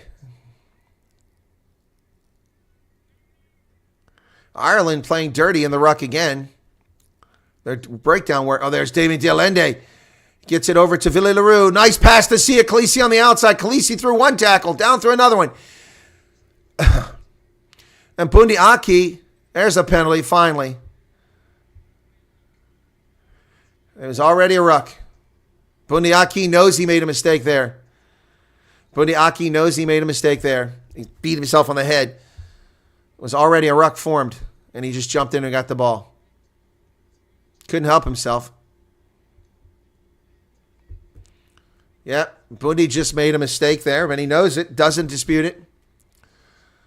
So the Springboks kick to the corner. Bundi Aki, what an incredible rugby player he is. Didn't used to like him, but I really respect his game. 42-33, second half. Not contested, and Etzebeth comes down with it. They're into a maul. It's not really going anywhere. I think they lost it forward. Now the ball's here. Faf has it. Over to Quagga Smith. Bounces off Josh van der Vleer. Faf. Dummy run from Pollard.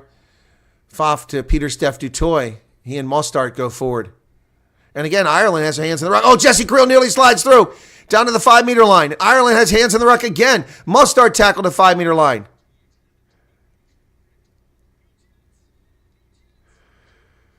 Khaleesi with a carry now. Back to the 5-meter line. Pieter-Steph du Toit picks it up. And he's got 3 Ireland players on him. Somebody's got to be open. Etzebeth comes in there and picks it up. He drives forward. Looking for help. He's got Faf de Klerk. And Faf throws the ball away. Ireland has the ball. And that ball's kicked into touch by Jack Crowley out of desperation. So the Springboks come away with nothing when Faf throws the ball away. That's about 3-4 players can't tackle him.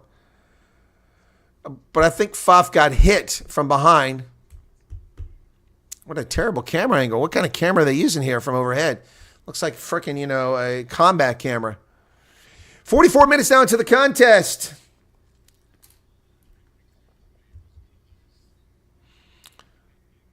Ireland has won 5 turnovers. Springboks have won 0. Gee, many crickets. Where's the jackling that comes from Quagga Smith normally? These lineouts aren't being contested. Springboks come away with it midfield. Here they come. Dialende to Khaleesi. Khaleesi cuts back. He gets around Bundi Aki. He gets around Jack Crowley. He gets around 2 other players. Sia Khaleesi carries about 15 meters. The ball is stripped. And it's kicked by Ireland. No penalty there. How about a kick? Yeah, okay, we got it finally. Luke Pierce. Penalty for kicking the ball. That's a makeable penalty there.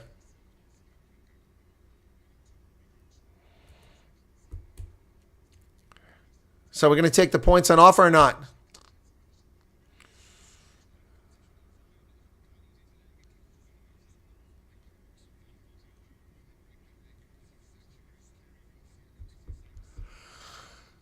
Khaleesi with a great carry there moments ago. Carried Kayla Doris for several meters. He had help from Dale Ende.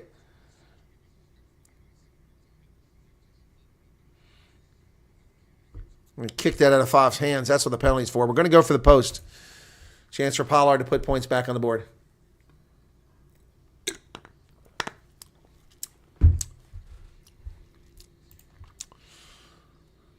When are the Springboks going to score? Hopefully right now.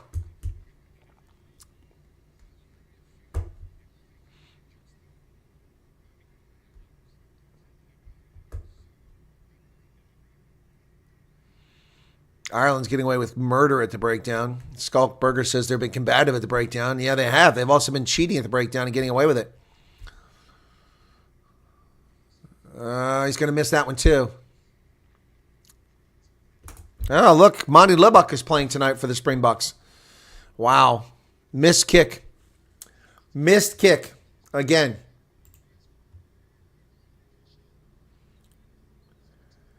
So there's another one. Can't show due to copyright. Can you watch? Link available in live chat.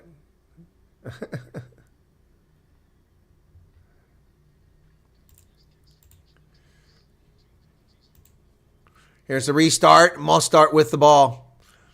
He drives forward. To Cleric. To Etzebeth. Etzebeth and McCarty grabs his leg and take him down.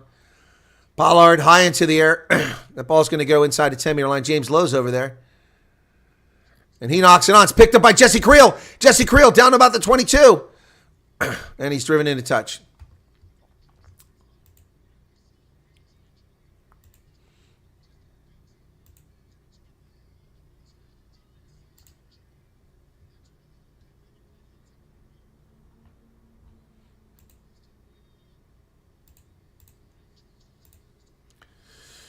$82 tackles made by the Bucks, 86 by Ireland thus far. Not much difference there.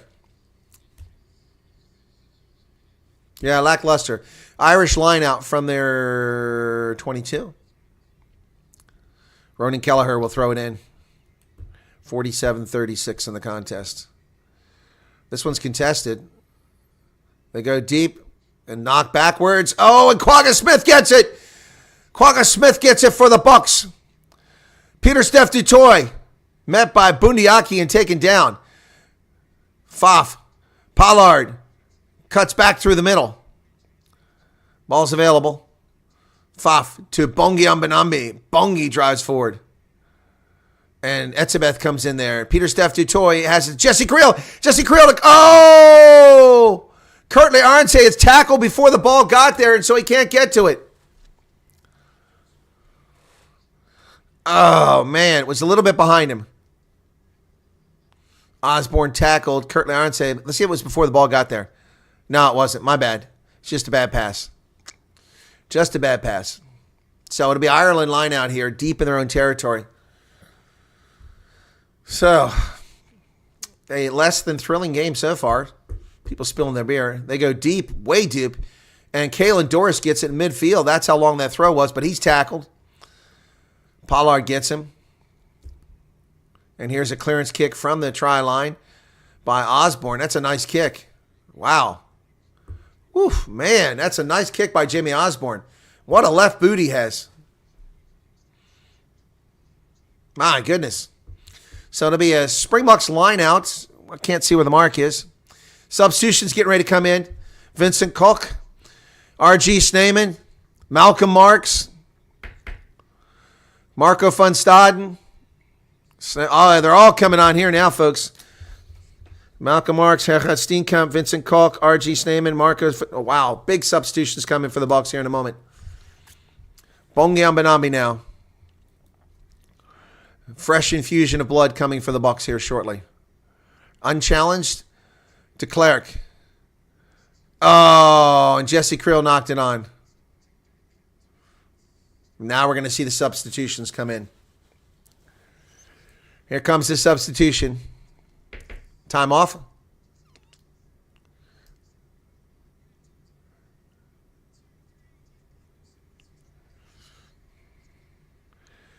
Wow. Grant Williams coming out. No, Marco van Staan coming. The bomb squad. Time for an explosion of 49-46. Salman Morat coming in too. Both locks being exchanged.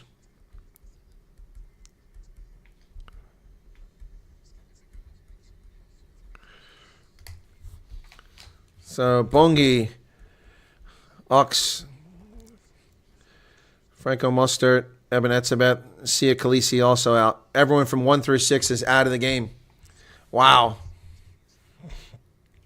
Ireland got some substitutions as well. James Ryan and Ryan Barrett come in. Wow. Are we all done?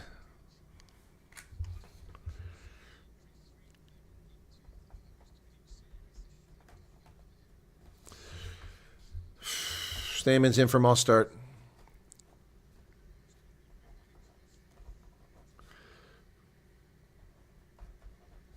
Oh my goodness, the Cranberries. Assess Caelan Doris. 50th Test cap in London 2 weeks ago for Vincent Koch. Boy, people singing the Cranberries big time. Zombie.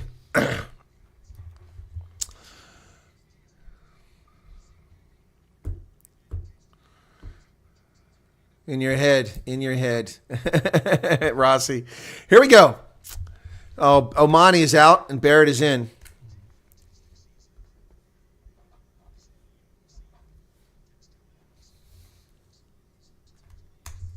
Peter Omani goes out of the game, the captain. Khaleesi's out of the game. Both starting captains out now. 30 minutes left in the game. Titanic contest at Loftus.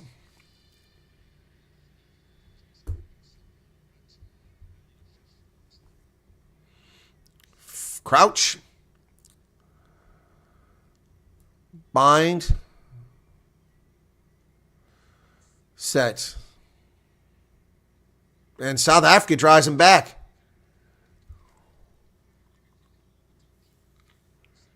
You can hit hard, but don't keep walking. What the hell is that?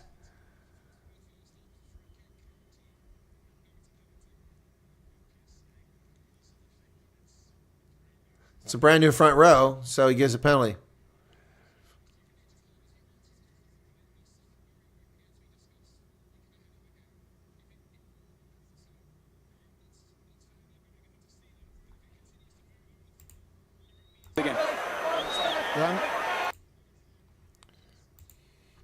Sorry, I missed. Luke Pierce was explaining. So it's an Irish line out now, 50 minutes into the game, 51 minutes. Looks like this one's going to be contested. Fresh legs out there for both sides. Ryan Baird takes it in line out. Josh Van der Fleer comes out there with it. Casey, forward pass. No call. Obvious forward pass. Gets away. There's another forward pass, but he loses it, so Springboks have it now. Here they come to the near side. Jesse Creel, we got numbers. Creel over the 10-meter line, still going strong. Oh, how is that not a card? Oh, my God. He hit him right in the face. Unbelievable. Kieran Frawley hit him right in the face. That needs to go back to the TMO. Unbelievable. Creel hit in the face and taken down. Knocked backwards. Going the other side. Billy LaRue throws his pass. That might have been forward to Chesley Colby. Bundiaki takes him down. I want a TMO review on that tackle.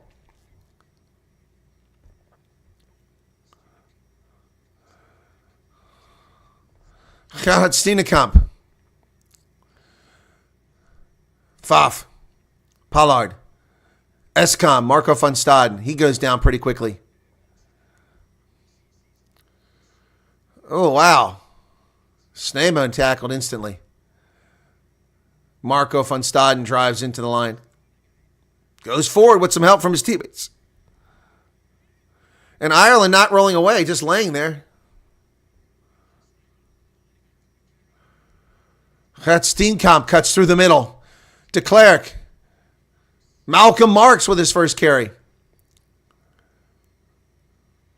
R.G. Sneeman goes forward, down to the 22. Where is the TMO review on the tackle on Jesse Creel? Unbelievable.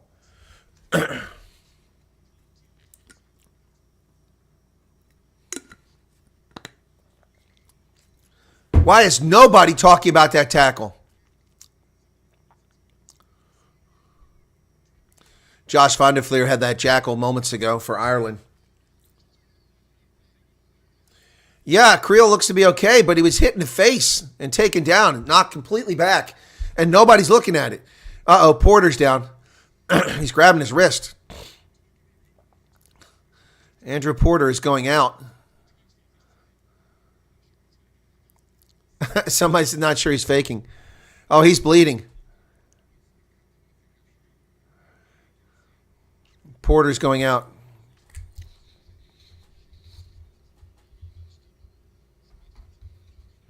Kean Healy comes into the game now.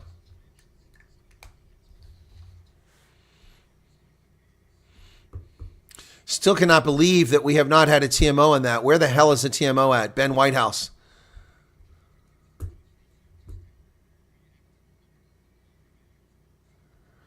Brian O'Driscoll, 130. Kean Healy has 130 and O'Driscoll 133. So Kean Healy can pass him. This is 130th test cap. He needs 3 more after this. He should get it this season. Line out lost by R.J. Snyman and taken by Ireland. Snyman loses it. Josh Van der Fleer now. South Africa living dangerously here. Going to go back for the knock-on now.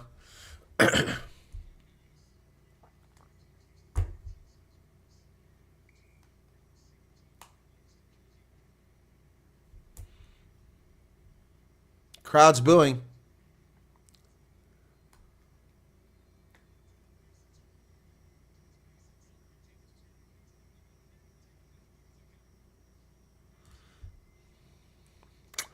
Oh, my goodness. So, watching the replays here. 53-55 in the game.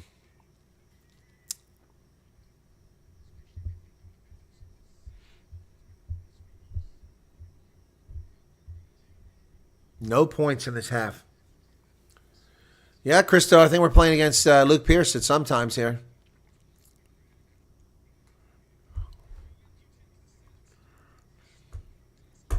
Wow.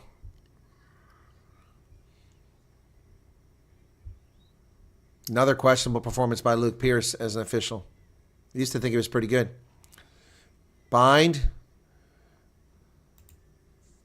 Set.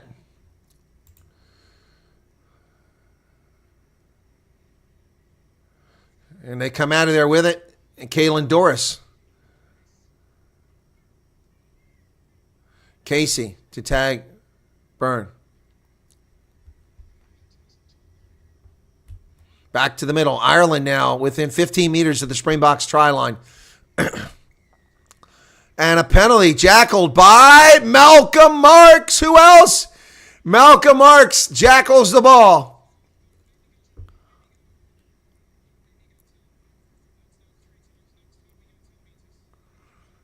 Why don't you go 10 meters this time there, Luke Pierce? He said, that's 3 times you've come over and questioned me. Next time we go 10 meters. Why don't you give 10 meters now? You might get 3 warnings, and the 4th time he gets a penalty finally. Give me a break. Malcolm Marks with a big jackal there gets the Springboks out of a lot of trouble. Wow, great job by Malcolm Marks. Well done by Malcolm Marks. 55-47. 6 of the last 10 penalties have gone against Ireland. So now it'll be Malcolm Marks' first toss in as the line out. Here we go. Not contested. They come away with it. Pfaff gets tackled in the backfield, and that's knocked on by Ireland.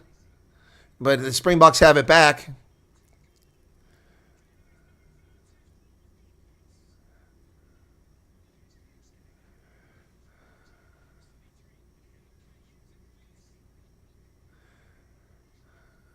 So he said it was a knock-on. Then he says it was no knock-on. What the hell is that? And nicely taken there by, is it Kirtley Arnse? I can't see. Kirtley Arnse gets the high ball. Springboks are coming now. Here they come. Billy LaRue kicks it to the corner. On the fly. What a catch by Chesley Colby. Colby down inside the 10-meter line. A diving catch on... Hey, Malcolm, you're going to have to... There you go. Or Villaroo has to play scrum half there. Steenekamp down to the 10-meter line.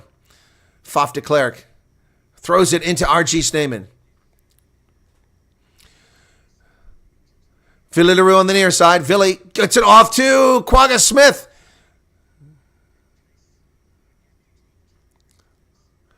R.G. Sneeman. Van Staden. Springboks approaching the 22. Steenekamp. Kalen Doris cleaned off the tackle. Oh, that ball was just left up there by Faf. Picked up by Morat. Tipped forward by Villy Leroux. Taken by Peter Steph Dutoit. Jesse Creel. What a mess.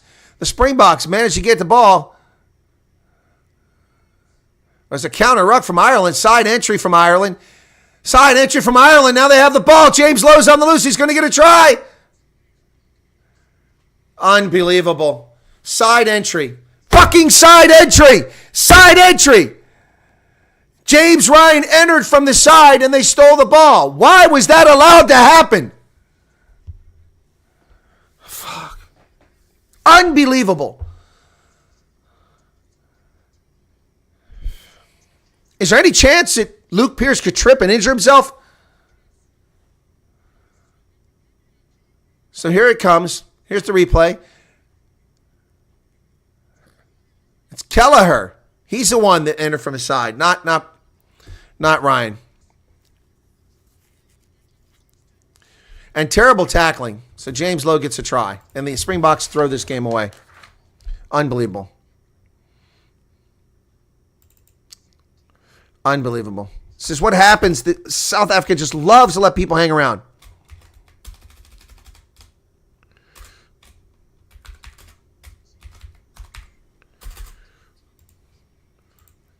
We got something going on here. Sure, there's no knock on or anything, but the shot clock's off. So you're reset. Well, no, because I'll make sure you're settled and okay to kick it. All right? There's still almost 40 seconds. Right? I think you'll be okay. Hey, I'll be with you in a second. Yeah, I'll make sure if it's a try, you'll get plenty of time to kick it. Okay, so we got a check from Ben. Yeah, look, so Luke, I'm just going to explain what I'm seeing on screen and then I'll put it up on field. Here we go. So when 16 does hook the ball backwards, but for me, he's lying on the ground when he yes! does so. Okay, pop the images up, please. Yeah, here's your images coming up now. So 16 counter-rucks, then goes to deck and kicks the ball back. Yep.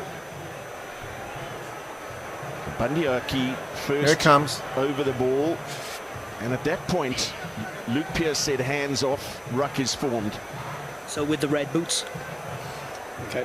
There's Kelleher. There it is. Could also be called as a neck roll. He's on a knee there. Yep, clearly he kicked it back with his foot. Yep, that's no try. And then raking the ball back. Yeah, the point they're trying to prove. Ready when you are for a chat. Yep, they raked the ball back. Yeah, go on, Luke. You're right. It is hooked backwards, but a player can't play the ball on the floor, and he's on the floor and then hooks the ball backwards. So that's illegal. It's not a try, isn't it? Yes, agreed. Okay, can we just get the... I'll explain to you fellas, and just let me do my bit. Can we get the restart mark, and then I'll explain to the two captains, yeah, we'll please? get that. No try. I don't expect people to come ready to challenge me. He can't play the ball. A technicality, being on the ground, you can't play. You've got to reload to your feet before you can take any action or part in the game. Yep.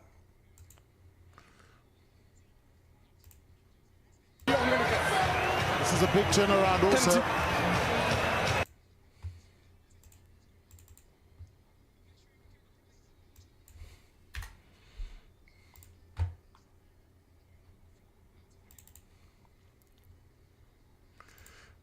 So it should be a turnaround. It should be the Springboks ball now. No try. De Klerk is out. Grant Williams comes in. Scrum half.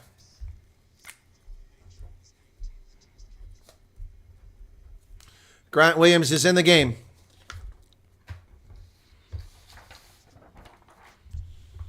And now Pollard gets a third chance to miss one. He's missed his last two kicks.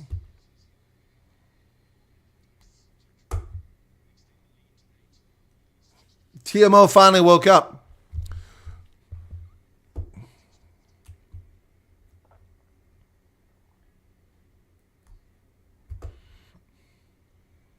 He's going to miss this one too. He's nowhere near. That's like Monty Libbek. That's 9 points Pollard's missed. We went with Pollard instead of Libbek because he can kick. Well, maybe Sasha Feinberg Ungumzulu needs to come in the game. Only 43,000? That can't be right. The stadium's full. We had 50,000 for the other game, and it didn't look this full. That can't be right.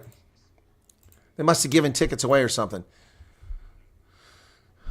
Oh, R.J. Stamen gets that ball. He hands it off to Quagga Smith after the restart. It's going to be stolen from Quagga Smith. Tag Byrne has it. Now they get back inside the 22. It's going to be kicked out of the 22 by Ireland. And Kieran Frawley back there. Pollard and Villy LaRue. Villy LaRue. And it's Bundi Aki has it now. Oh, no. It's kept in play by Villy LaRue. Oh, Malcolm Arch drags back Tag Furlong and thumps him. Ireland now with the ball. Bundi Aki. Frawley. Kieran Frawley. Tackled. Short of the 10-meter line. 61 minutes in the game now. Tag Furlong.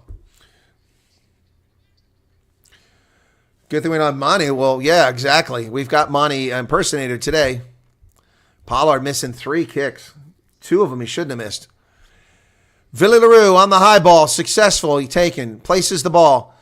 Grant Williams in at scrum half now. First touch. Steenkamp does a carry. Picks up a couple meters. Grant Williams comes over. Grant Williams now is going to do the box kick. He does. Not really challenged. High into there. Chase is on by... It's Kurt Arnsey is tackled there. Who has the ball? Ireland does have the ball. Oh, Kelleher met by Steenkamp, driven to the ground. Ruck form, ball comes out by Casey, sends it over to Jack Crowley. Crowley's going to kick that ball high into the air. And Pollard comes away with it. Pollard gets tackled by his opposite number, Crowley, who just lays on the turf, impeding the game. And Vincent Kolk with his first carry, and he's taken down by Tag Byrne. Villy LaRue kicks it high into the air off the left boot. Chase is on over there. Colby gets over there, but James Lowe comes down with it. Brilliant job by Lowe on the high ball. And Ireland has it now. South Africa living dangerously here. That ball is going to bounce into 22. Got to get there. What are you doing, Villy? It's a 50-22. Oh, my gosh. Villy LaRue let that thing go. Now it's a 50-22. Porter's coming back in the game. He's all bandaged up now. And Finley Beelam comes in the game too. Wow. Huge mistake there by Villy LaRue. Villy has not been the same player today. It was my concern. You can see it. Yeah, so Healy comes back out and Porter comes back in. Tad Furlong comes out of the game and Finley Beelan comes in for him. Wow. Well, we're in trouble here. 17 minutes, 20 seconds remain. Here's the line out at the 22. How can it be at the 22? It has to be inside the 22. That ball's left laying up there. Advantage. What's the advantage for? Must have touched somebody in the air. It's been 28 minutes since anybody scored in this game. So Ireland got free play here. Kelleher gets tackled. Advantage is over. Must have been for a knock-on. Oh, there's a knock-on by Ireland. Yep. James Ryan knocked it on. So it'll be a scrum to the Springboks. Scrum half is down. I didn't see what happened to him. Casey is down. Craig Casey's down. They're looking at his neck. Again, after the announcer, it's probably pushing it. Asking it 3 times really is pushing it. It is a second. No, let me explain that. That's now 3 times in conversation. I spoke to you the same. You're both captains. You work with your teams, and that means you might work with my team. I've had enough from everyone. Both you there and you over there. Enough. Tackled. Oh, he hits the referee. Okay.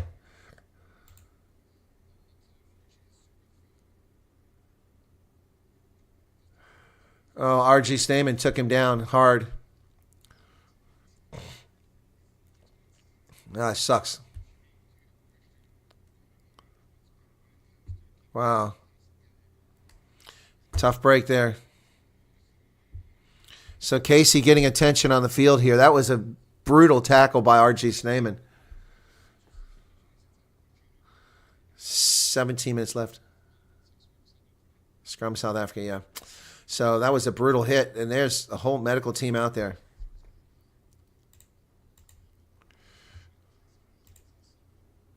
Man, that was a tough hit. He smacked the back of his head on the turf when he went down. Oh, man, oh, man. It's a tough one here. Casey, he's conscious, but he never lost consciousness, but clearly his cage has been rattled there.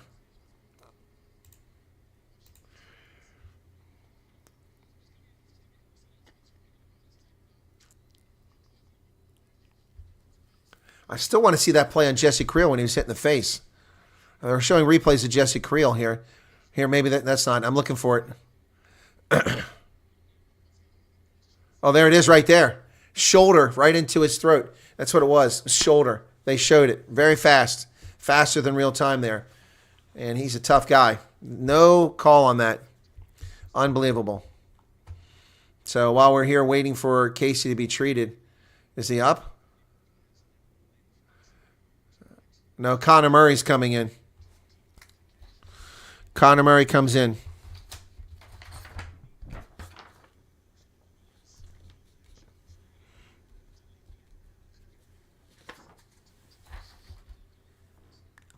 South Africa's ball, 17 minutes remain.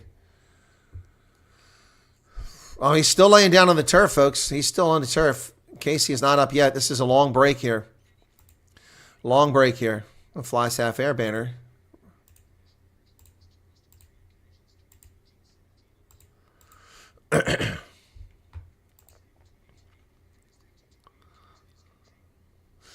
Oh, Casey, man. That's a tough break there. He took a big shot. Big shot.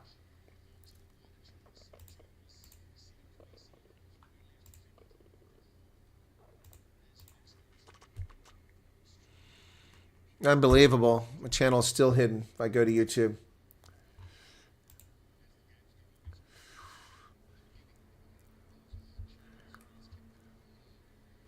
And they're showing this channel that keeps reappearing here.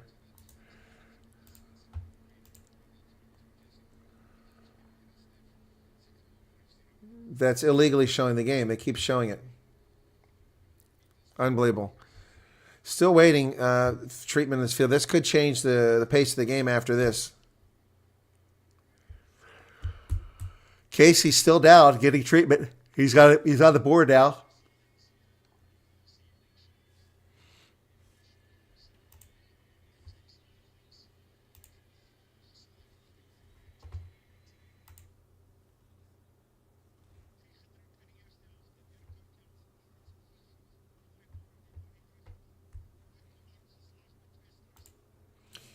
Yeah, anyway, so, yeah.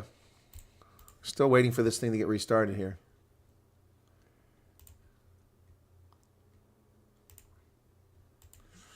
Nothing happening yet. Casey's still down, and boy, people got their torches out on their mobile phones. It's beautiful. Looks like fireflies as the stadium crowd. I can't believe there's only 43,000 here. That doesn't make any sense. It looks like every seat is sold. And we had empty seats in that final URC, and it was 50-some thousand. So somebody's lying. There's some fairy tales going on somewhere here. I don't know where, but there are fairy tales going on about attendance at Loftus. Because this is a larger crowd than what I saw at the URC final, and that crowd was announced at 10,000 more than this. So something isn't right. Anyway. So, still waiting for this Casey.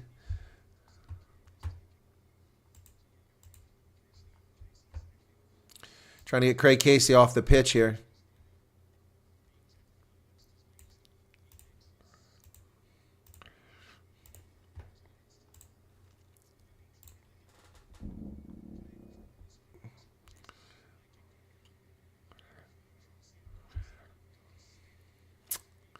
South Africa saved by that raking of the ball. Otherwise, that try would have been scored by James Lowe. But this is too close. Too close. Dan Sheehan, James Lowe, and Jamie Osborne combined for an incredible try at the end of that first half to put Ireland back in the game. And Andre Pollard has missed 3 kicks. 3 kicks. And there's several they didn't take. So Casey's got an oxygen mask on, and he's leaving the field now on a cart. Wow. Hope he's okay. My goodness. Craig Casey's had a hell of a game.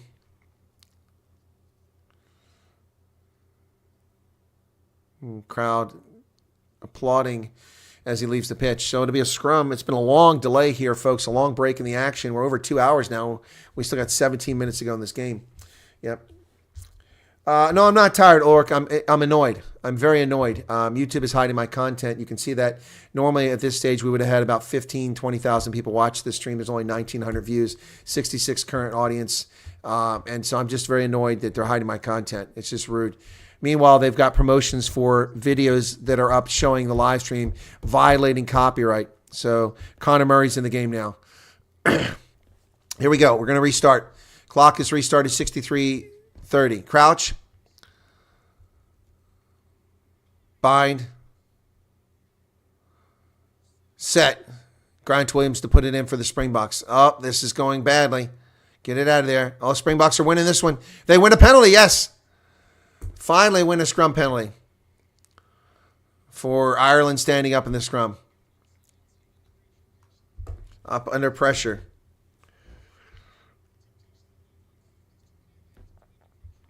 Popped up under pressure. So I'm going to kick this ball for some space here. Boy, Vincent Colk's already got a cut on his forehead there. Right about here.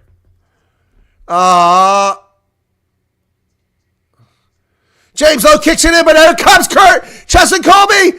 Yes! And it's a try! What the heck? They kicked the penalty. It never went into touch. James Lowe tried to field it. He muffed it. And then Cheslin Colby with a chase down. And the Springboks get the try. Oh my goodness, can you believe it? Can you believe it? Cheslin Colby chases it down. Wow. That was a thing of beauty. It all went sideways. The ball never went into touch. James Lowe doesn't get it. And 2 players try to tackle Cheslin Colby without the ball, but he overruns both of them. Wow. Wow. So Lowe tries to keep it in play.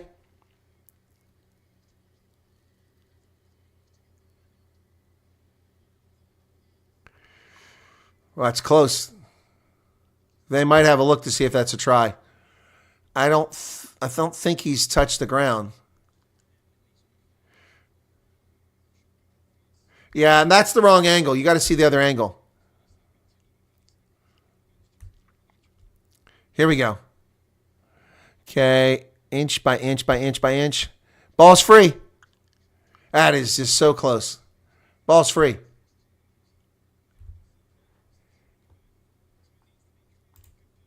That we can't award it if he's in touch. Yes, agree, Luke. Reason for checking, obviously, it's really tight, so we'll go through the angles again. No worries. Yeah, it's really tight. But this is the wrong angle. They're showing the wrong angle. This is the angle from where the ball was kicked.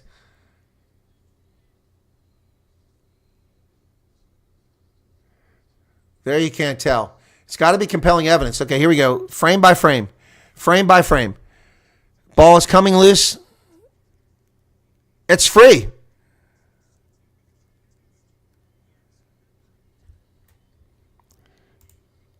Definitely in touch. So at the moment, I'm just going to wait for one more angle, but at the moment we're going to stick with the on-field decision of try, because he looks like he releases it before the foot touched touch. Exactly, before the foot went in touch. He's fine. It's all on you, Ben, because this is way too tight. Yeah, of course, of course. It's still alive. It's still alive. Off the left hand there, but you really see the right. No, it's you have to have compelling evidence. Oh, here we go. Here's a good angle.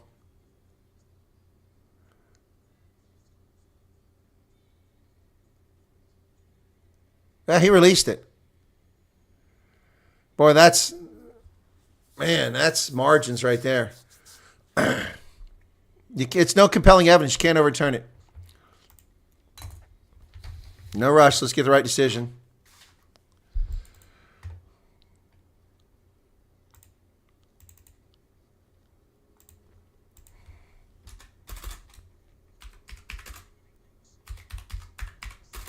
Stick with the on-field decision.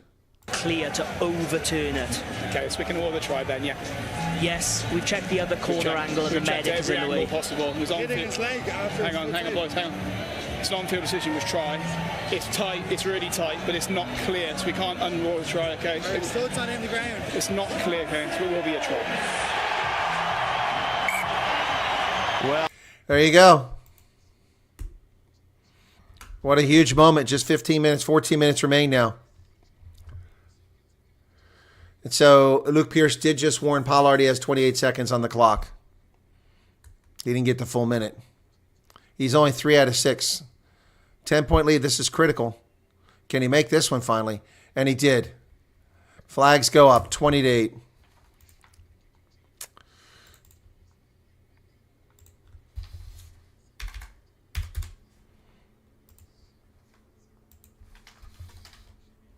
Cheslin Colby shows up finally.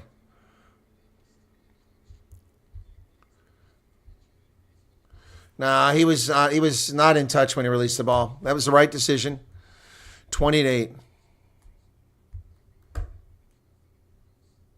They go short, and Bundiaki goes into touch. It was a knock-on by the Springboks, so Ireland's going to line out or scrum.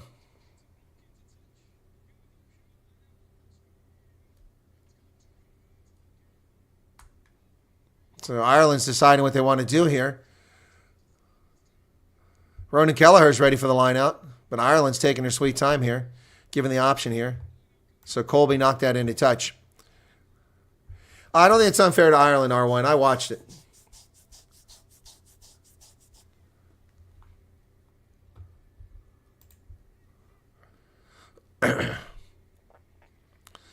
Ireland loses it. Then R.J. Snyman snags it out of the air, feeds it to Peter Steph Dutoy over to Cheslin Colby, who kicks it high into the air and straight into touch.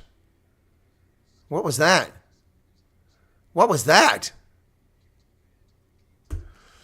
Should have been a knock-on against Ireland, so now the Ireland's going to get a line out. What the heck? Cheslin Colby, big mistake there.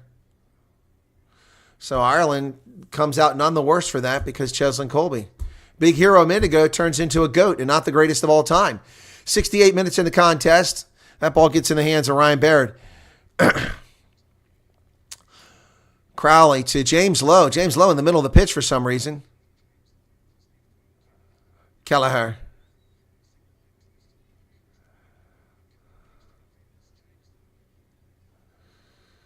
I can't really think of any Springboks that have been standing out in this game. Oh, Ireland throws it away. Grant Williams gets back there on Bundiaki. Back from midfield. And side entry by Cheslin Colby. Another mistake by Cheslin Colby. Oh, and Bundiaki is holding his left forearm. Uh-oh, we got a fight going on here. Salman Morat's in the middle of it. R.G. Snyman. Let's throw some cards out there. Get rid of some players. Villy LaRue's trying to calm things down. I think he's trying to calm things down.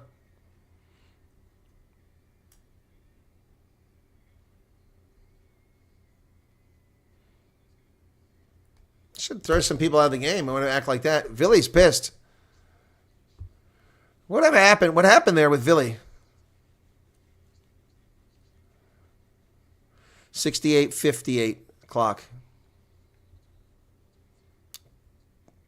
Number 12. Number 12 wasn't even there. That's Damon De Allende. So Ireland gets a chance to kick the ball here now. Staying in the game, courtesy of Springbok mistakes late in the game here. 98 people here currently. Hey, people finally finding the channel. Welcome to the program, folks. Be sure to hit the like button if you don't mind. That was easy. That sounds better. Didn't sound right the first time. All right, so now Ireland inside the 22 with a line out here. 10.5 minutes remain. Ronan Kelleher to throw it in for Ireland. Here it comes. Springboks need to get their act together here. And that Pieter-Steph du Toit knocks it backwards. It's fielded by Colby. Colby is tackled at the 6-meter line. So the Springboks steal that line out. Grant Williams can't get it out of there. Over to Vincent Koch. Vincent Koch drives forward along with Escom. So Grant Williams to dig it out here. Call to use it. He just got there. Box kick? No. He does the throw back to Pollard. And Pollard has a terrible kick, an absolutely atrocious kick. Could we please take Pollard out of the game and put Sasha Feinberg-Ogumzulu in there? Pollard is not getting it done at fly half. Not getting it done. Rossi, I don't understand what your logic was here. Pollard has been a disaster in this game.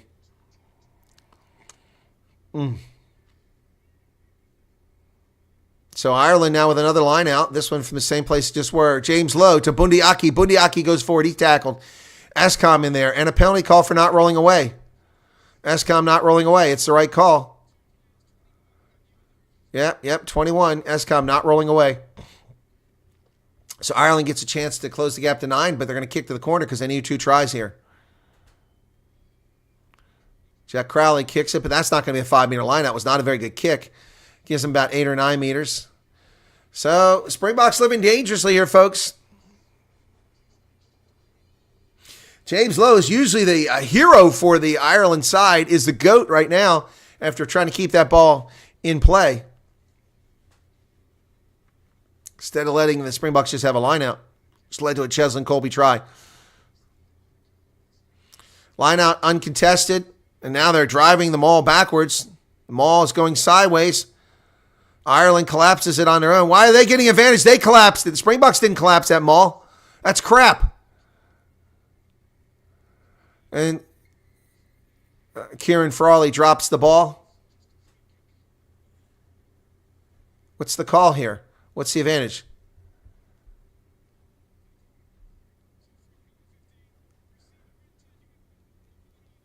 One more number.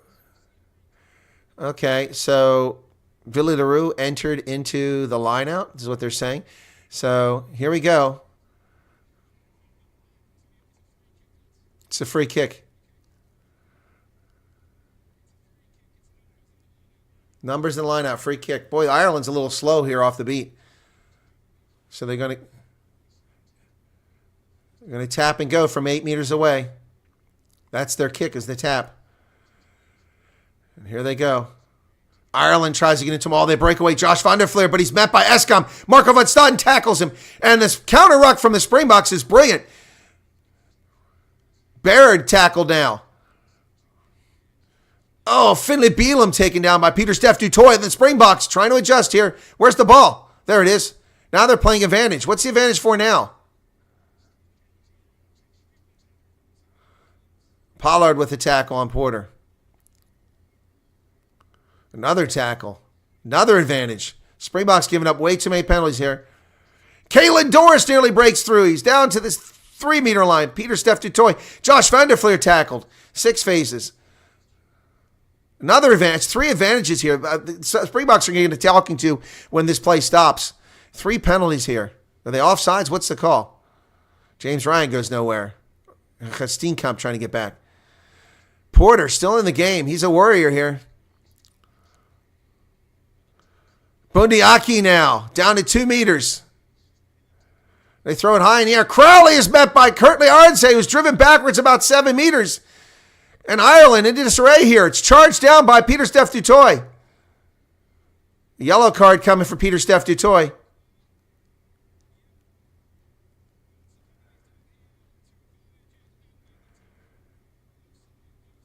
So they sent Curtly Arnsey to the bin for too many penalties. Well, that's not right.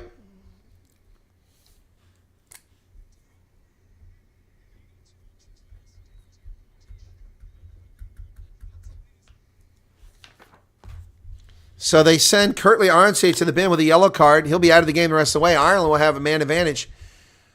There were too many penalties. So finally, Sasha Feinberg Ongumzulu makes his appearance. And who's going out? Pollard finally goes out. And Porter goes out.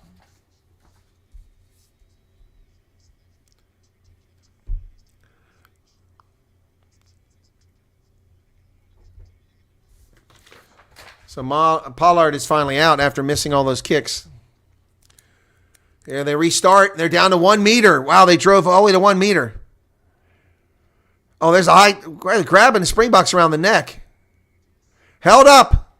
Oh, disaster for Ireland. It's called held up at the try line. Is a piece of defence. Talon Doris not happy. Ben, But on field is no try. I have it on the leg of the South Africa player. I just want to make sure it's not dabbed on the white dust beforehand, please. Okay, on-field decision, no So, try. unless checking it's ground clearly in. a try, it is not, and it's a goal line dropout. Yeah, no worries. All right, so we're going to go to the TMO. Yeah. Not there. Is it there? Kalen Doris.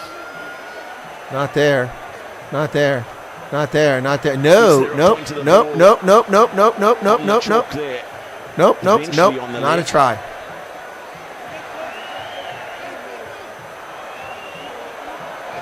No, that's not the there. angle. You can't. There, it's on the leg. No, it's not a try. That's not a try. Whoa.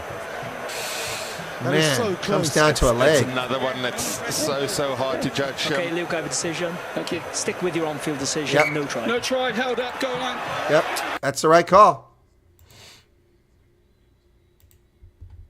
Yeah, we got lucky there. We did get lucky there. All right, 5 minutes and 30 seconds remaining in this contest.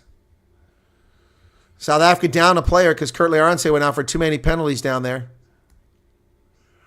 It's interesting because Ireland had 4 penalties in a row at the goal line. Sasha Feinberg Ongumzulu's first kick. And they were never given a yellow card in that first half for that.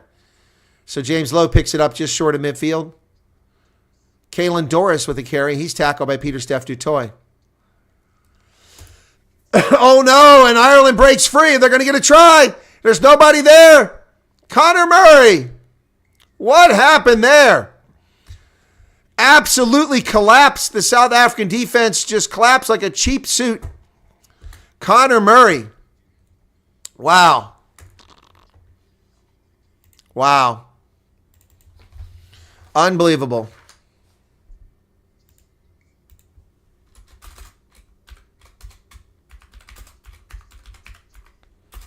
Connor Murray with the try. Wow. Steenkamp is the one who got faked out. Wow. Right under the post, so that's going to be made. Oh, there's obstruction. There's obstruction there. But they won. They got the try.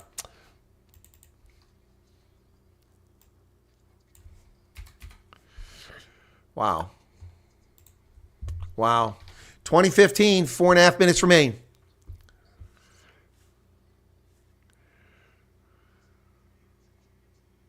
James Lowe lost it.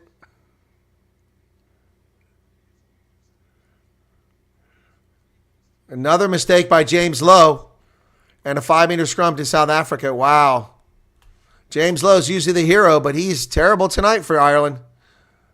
Sasha Feinberg Ongumzulu with a brilliant kick all the way back to the try line. Lowe loses it. That's a knock on there. And then Colby chases it down. But, wow. 5-meter scrum for the Springboks now. 3.5 minutes remain. Let's go. Let's go. Quit wasting time. Malcolm Marks gets up to the line. Boy, Ireland just pooched their chances to come back here. Springboks need to get another try here. 2015. Well, whatever happens here, even if Ireland wins, they won't be the number 1 rated team in the world because they need a 16-point margin to overtake the Springboks with a victory. So 2015 with just 3 minutes left in the contest here, folks. No, it's not hard to believe, Sue. He's inconsistent. That's one of the problems I have with Henri Pollard. Clock is stopped. Nope, it's not. Oh, no time off. Luke Pierce says you chose to stand up. I didn't stop the game. 2 minutes, 45 seconds remain. 5-meter scrum. Springboks deep in Irish territory here after Conor Murray just scored a try for Ireland. Crouch. Bind. Springboks need to win this one. Set. Can the bomb squad get it done?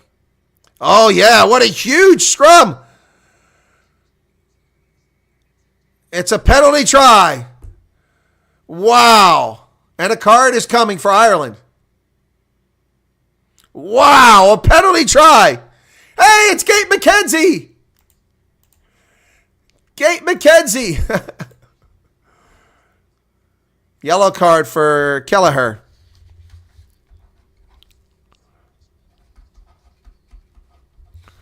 Penalty try for the Springboks.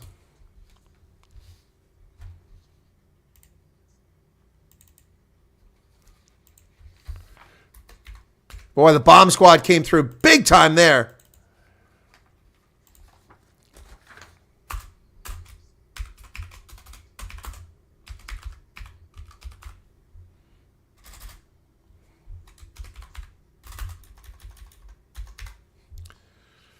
Wow. It's a restart. Ireland gets it. James Baird with it. Or Ryan Baird, Ryan Baird. Finlay Bealham rolling on the turf. Not called for rolling around.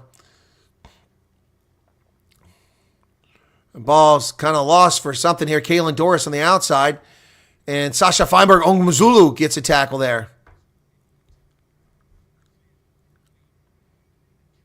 Calvin Nash is on the loose. They throw it wide. Nobody's out there. James Lowe all by himself. But it held up so long, it gave time for the defense to get there. And now, another try. Unbelievable. Ryan Baird gets a try in the corner. Springboks defense is atrocious in the second half. Unbelievable. Wow, Ryan Baird scores.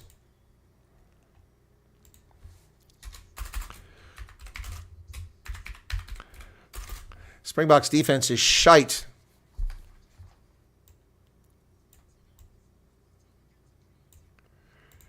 Wow, their defense is shite.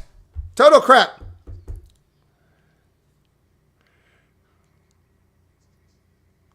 No good. 27-20.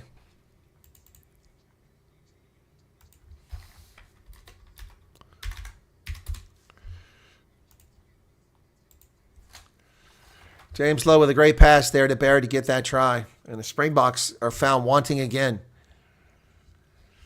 Escom out of gas there on that try. So now it's 15 seconds, 17 seconds left in the game. And it's 27-20. Cheslin Colby's injured.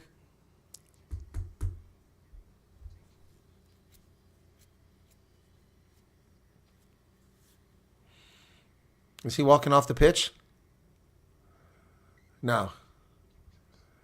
Cheslin Colby's staying in the game. All right, clock is ticking. 13 seconds. Here's the kick from Sasha Feinberg Ongmazulu. Kick it deep. There you go. Inside the 22 is where it goes. Okay, James Lowe gets it. And we're over the hooter now. The Springboks need to just get the ball back. Oh, it's knocked loose. I went backwards. But Ireland's back to their 6-meter line and going backwards. Knock on. And that's the game. That's the game. 27-20. What an ugly game. I picked the Springboks by 9. They won by 7.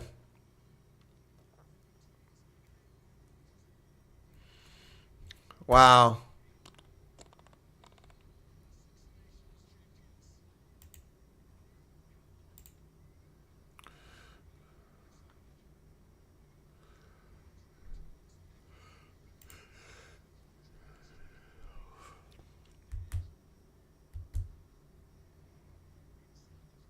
Of the game kept him well and truly in the fight, and it took. Well, that's the final, folks. 27-20. Unbelievable. Sorry, I was pausing there for a moment just trying to take it in. South Africa very fortunate to win this game. Willie Leroux, non-existent in this game. Pollard, a disaster in this game. Yeah. Peter Steph Dutoy had a good game. Jesse Creel had a great game. So let's see who they pick as the man of the match. And the fireworks going off at Loftus. Villy's having a conversation with Grant Williams about something that happened.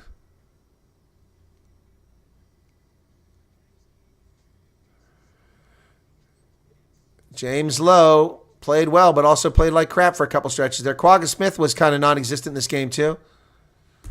Disappointing game for him. So we'll see what they come up with here. I don't know what to say about either. We won. That's the bottom line. So the all-time series, the Springboks take the lead by 1 now. Grant Williams is talking to Faf de Klerk about something now. I don't know what's going on over there, but he wasn't happy about something.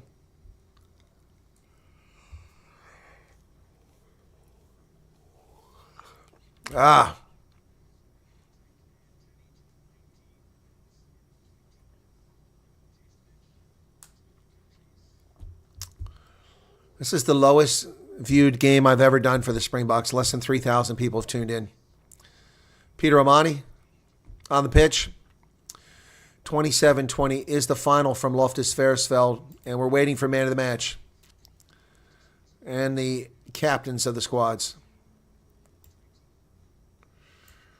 So let's see if we stick with my broadcast here. 27-20. Jean de Villiers. Jesse Creel's man of the match. From Jaco Pereira from SAB, the proud sponsor of the Castle incoming series. Yeah, Jesse Creel earned this. Thank you very much for that. Jesse, it's a win. The disappointment of losing to Ireland in the World Cup. This must feel much better.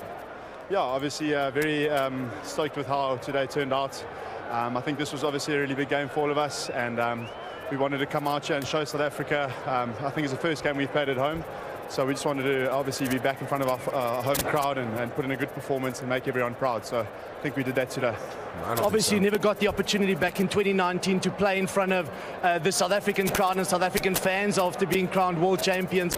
This time you get that opportunity 8 months after winning the World Cup. What does it mean to you and your team being in South Africa now, having represented South Africa on South African soil as 4-time World Cup champions? Yeah, I think especially being an old Blue Bulls player, it's obviously very special to be back here at Loftus. Made some special memory over the years here, and just so great to play in front of a packed out stadium again, and it's just great to see what rugby means to this country. And yeah, we just go out there week in and week out and just try to show people what the country means to us as well. On a personal point of view, Jesse, you know, as man of the match today, you must be happy with that performance. It seemed like from an attacking point of view, you guys had a totally different approach to this game and seemed to get a lot of space in the outside channels. Yeah, John, lots to work on. I think next week we're going to have to drop a few balls and things like that, but I think the effort was there, and I think that's all that's asked for from the coaching staff. They just want us to give us 100% effort out there, and I think if we've done that, then I think the results normally sort themselves out. So happy with the effort today. The effort was certainly there, and you got the result as well. Talk about that combination with Damien Delendi. It just seems as if you guys are the rock in that midfield. They really do work well together. You take up the defence, you make those big hits, but when the opportunity arises to attack as well, you guys next week will be better. The opportunities for your outside backs. Yeah, just a special mention to Lucanio Am and Andre Esthuizen. I think those are the guys that prepped us really well this week. And then Damien Delendi, just a special player. I think you've played with him, and it's just a privilege to play with him, and just, I suppose, call him a friend. So very happy about today. Well done with your own personal performance, the team performance, and all the best for next week. Thanks, John. Thank you very much. Okay, that's Jesse Creel, man of the match. Let's see if we get the team captains coming over and talking to Jean de Villiers. Yeah, Villy LaRue wasn't really there today. It was disappointing. They're playing the Cranberries again now.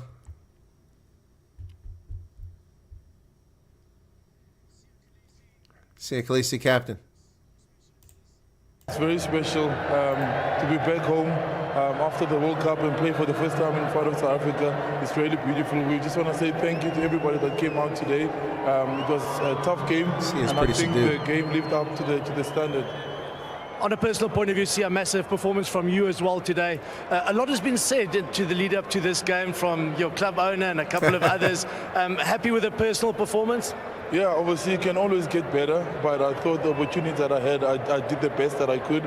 But I think, when you put on this jersey with the guys that you have around you, we're always confident, and the support that we have in South Africa is really special. And I think just the purpose behind this team, what we play for, that's what's driving us right now. So we know it's not finished. There's still a lot to do. There's still another game next week. 1-1 is not going to be good enough for us. We want to make sure that we give it everything next week. You play for South Africa every single time that you put the Springbok jersey on for the whole of South Africa. To have 50,000 people here, what difference does it make in a tight game like this against one of the top teams in the world? What difference does a crowd like this at Loftus make? To be honest, the people that are here today, and I know that many people that would love to be here but can't afford it. Every message, every video, you guys carried us through the World Cup, and we said we did it for you. And today was so big and so important to us, just to give back and say thank you. So thank you for your support. We really appreciate it. Please come next week to Durban, eThekwini. We'll be waiting, and we'll go again. Well, thank you very much to you, Siya Kolisi, our captain, and to your team. Well done with the performance, and all the best for next week. Thank you very much. Bye. Dankie allemaal. Oh, now he says Afrikaans. So, yeah, very subdued Siya Kolisi. Not sure why that is, but very subdued here. I just saw a photographer on the pitch that I recognized from the press box there at Loftus. Sasha Feinberg on Gumzula is only in for 10. Here's Peter Amani now. Disappointing result at the end, but the performance still, you never gave up and gave it all for 80 minutes. Yeah, look, we knew it was going to be very difficult here. Unbelievable test match. Look, we had a couple of errors that put us under pressure. I thought, South Africa's attack with their width and stuff, bit of a change up. They attacked really well, but we stuck in there. We fought hard right till the end. So we'll go away. We'll have a look, a few things, a couple of mistakes, but good test match. Is that exactly the difference between these two teams? In the World Cup, it was a 5-point difference. This time around, 7 points. The Boks kind of catching you guys off guard, attacking the outside channels a bit, getting that try. Is that what's in between these two teams, those small margins? Yeah, look, I think that's the way it is. A test match rugby, with teams at this level, it's always the fine margins, and we probably missed a few things attack-wise in the first half. They caught us out with some great attack. Defensively, we could be a bit better, but as you said, it's all little margins. So we speak about that margin. Disallowed try by James Lowe. That's a 5-pointer, potential 7-pointer. Do you look back at this game and think that it's an opportunity that you had and kind of just didn't take it at the end? Yeah, look, we look back we look back and see what we can improve on. You can't really affect that kind of stuff. Referee and stuff, I'm sure he got that spot on. There's probably other stuff in the game that we can affect a little bit better, breakdown-wise, defensive decisions, that kind of thing. So, we'll go away and have a good look. Well, you can go away and still a proud performance by Ireland. You get another opportunity next week, so all the very best for next week. Spot on. Thanks, John. Appreciate it. Peter Amani, captain of the Irish side. 27-20.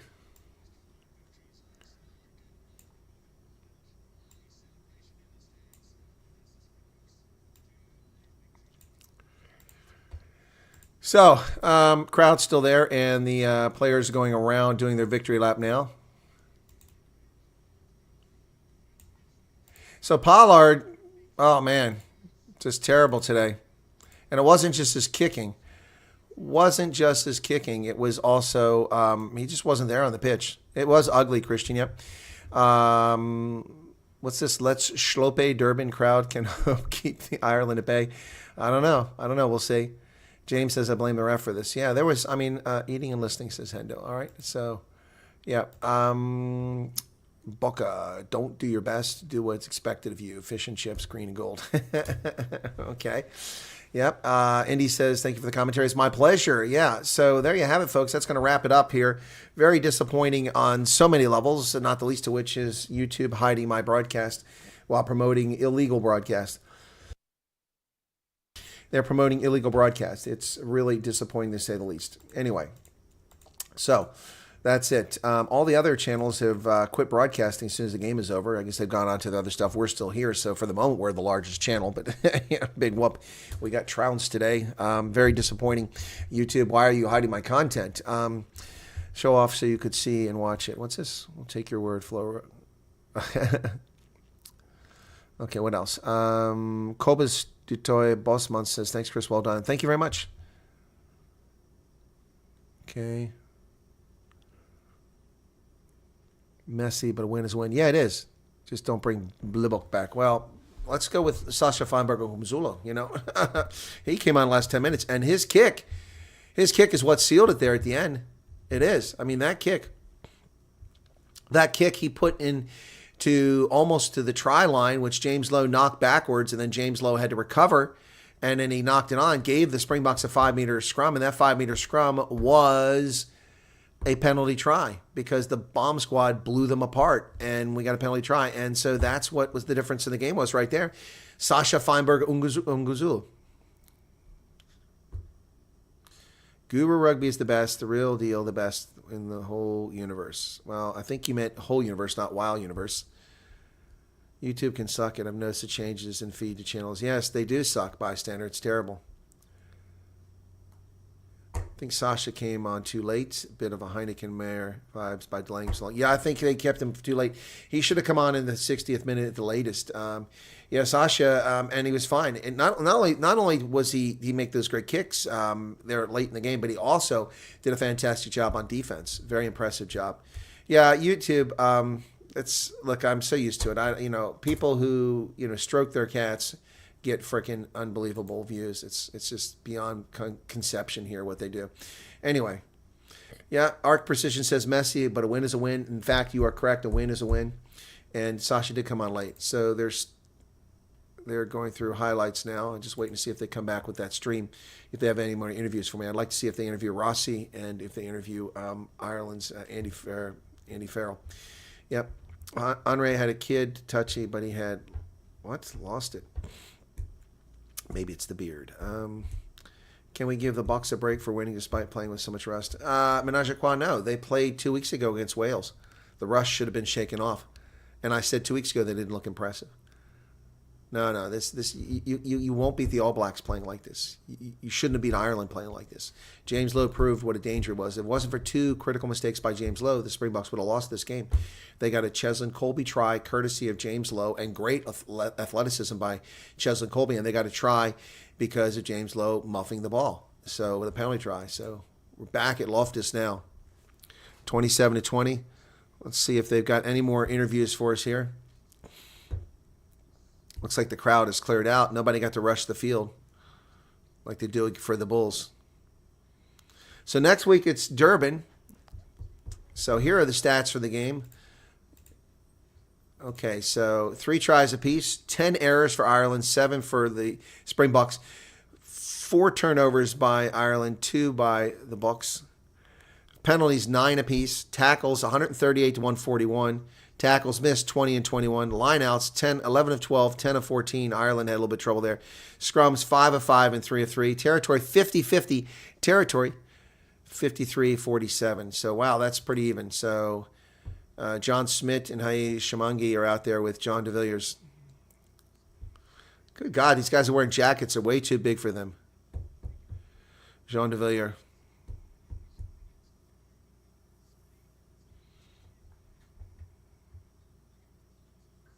These guys look silly with these jackets on. John Smith. Anyway, all right, so Pollard tired from jet lag, like by dodgy game by the Springboks. All Blacks played pretty terrible today as well. They did. Yep, 2 flyers from precise kicker, Pollard. It's damn cold here in Pretoria, says Matthew Dixon. Yeah, no, Manaj Khan, history will only reflect that we won. That's true. Who cares? The stats don't count. The Bucks won by more than 1 point for once. That's true. Well, they won by more than 1 point against Wales.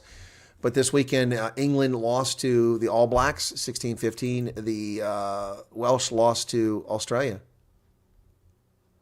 Hayani Shamangi has a great voice.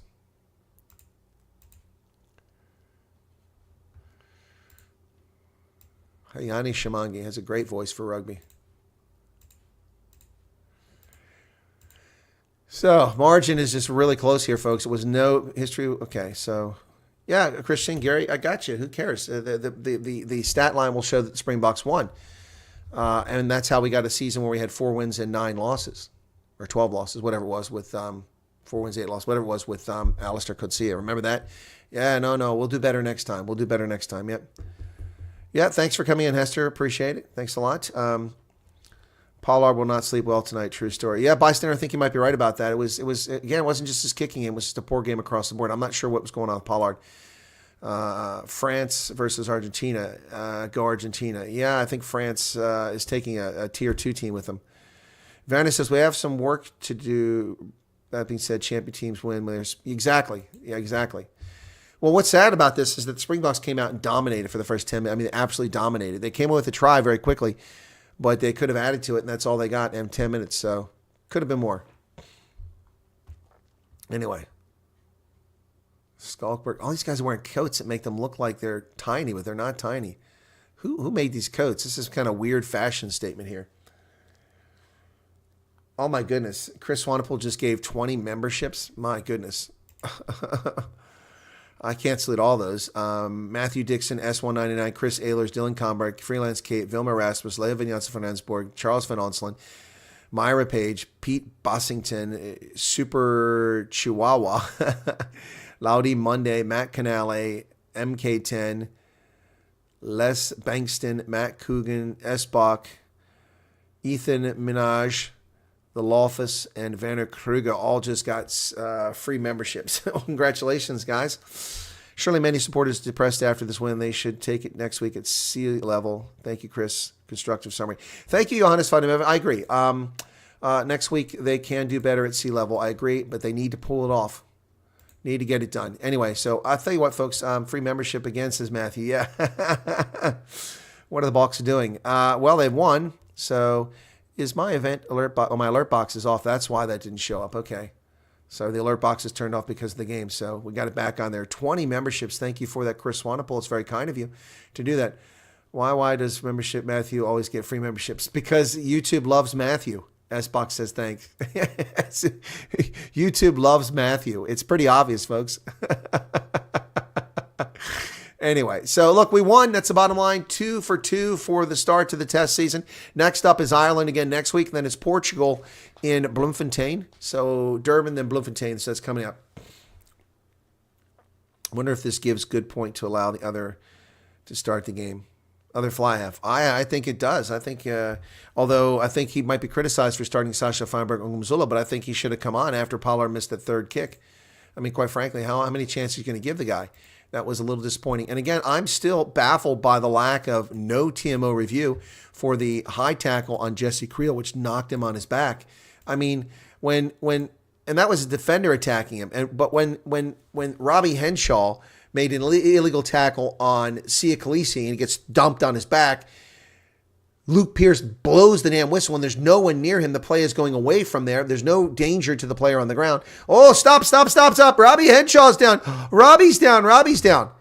But Jesse Creel gets taken out by a shoulder to the chops on a running play down the pitch when the player clearly meant to hit him like this, right into his neck. And he doesn't even blow the whistle.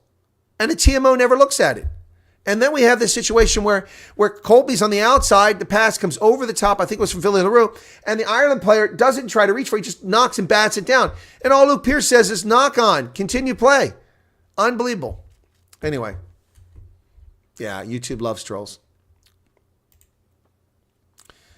Not Durbans for the second test. Yeah, no. Yeah, no. Bystander, next test is Durban. So, yep. Yep. So Saturday, 13 July at 4 p.m. So it's a little bit earlier.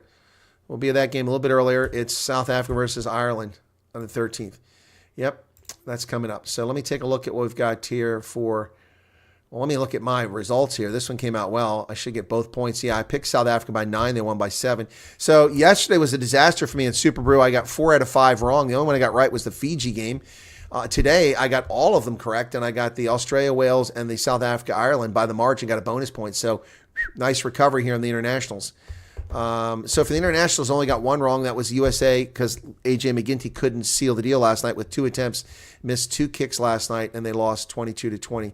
If they'd gotten that one right, then I would have gotten every international correct. But as it is, I got Fiji correct, New Zealand, Australia, and South Africa correct. Yeah, and I got the Cheetahs today. Cheetahs just crushed the Griffins 82-20. What a game. What a game. All right, so the ref for once was literally there as an official, not trying to be a one-man show. Yeah, Werner, I'll give you credit for that. He definitely was trying to be an official, but he missed a lot of calls. And Gary says the history will show that the Bucks won. But they do need to pull up their socks for the next one. All right. All right, folks. Hollywood Beats must be happy they're making good money. No doubt. All right, Durban is the next one, folks. All right, so team captains, Sia Khaleesi and Peter Omani. Damn, I lost out in this membership gift. I don't even know where to click. No, you don't do anything, Christian. It's just done by YouTube automatically. YouTube does that, so it has nothing to do with you. All right, Gary Smith is correct. History will win. The Springboks won. We beat Wales. We beat Ireland. Now we need to beat Ireland again. So we'll see what the standings do if it gets us any points, beating a number 2 team in the world, if we gain any points for that. All right, everybody, take care. Thanks a lot for being here. Appreciate your support, and we'll catch you later. Have a lovely, lovely evening wherever you are, or day here in the East Coast of the United States. And that's going to wrap it up here from central Pennsylvania, where South Africa defeats Ireland 27-20. There you go. Wow. All right. Cheers, everyone. Tries from Curtly Arnsay, Sheldon Colby, a penalty try in Ireland from Jamie Osborne, and then Connor Murray and Ryan Baird. All right. 27-20 is the final. Cheers, everybody. Thanks a lot. Appreciate it. Yes, tomorrow I'll be on for Western Province and the Bulls.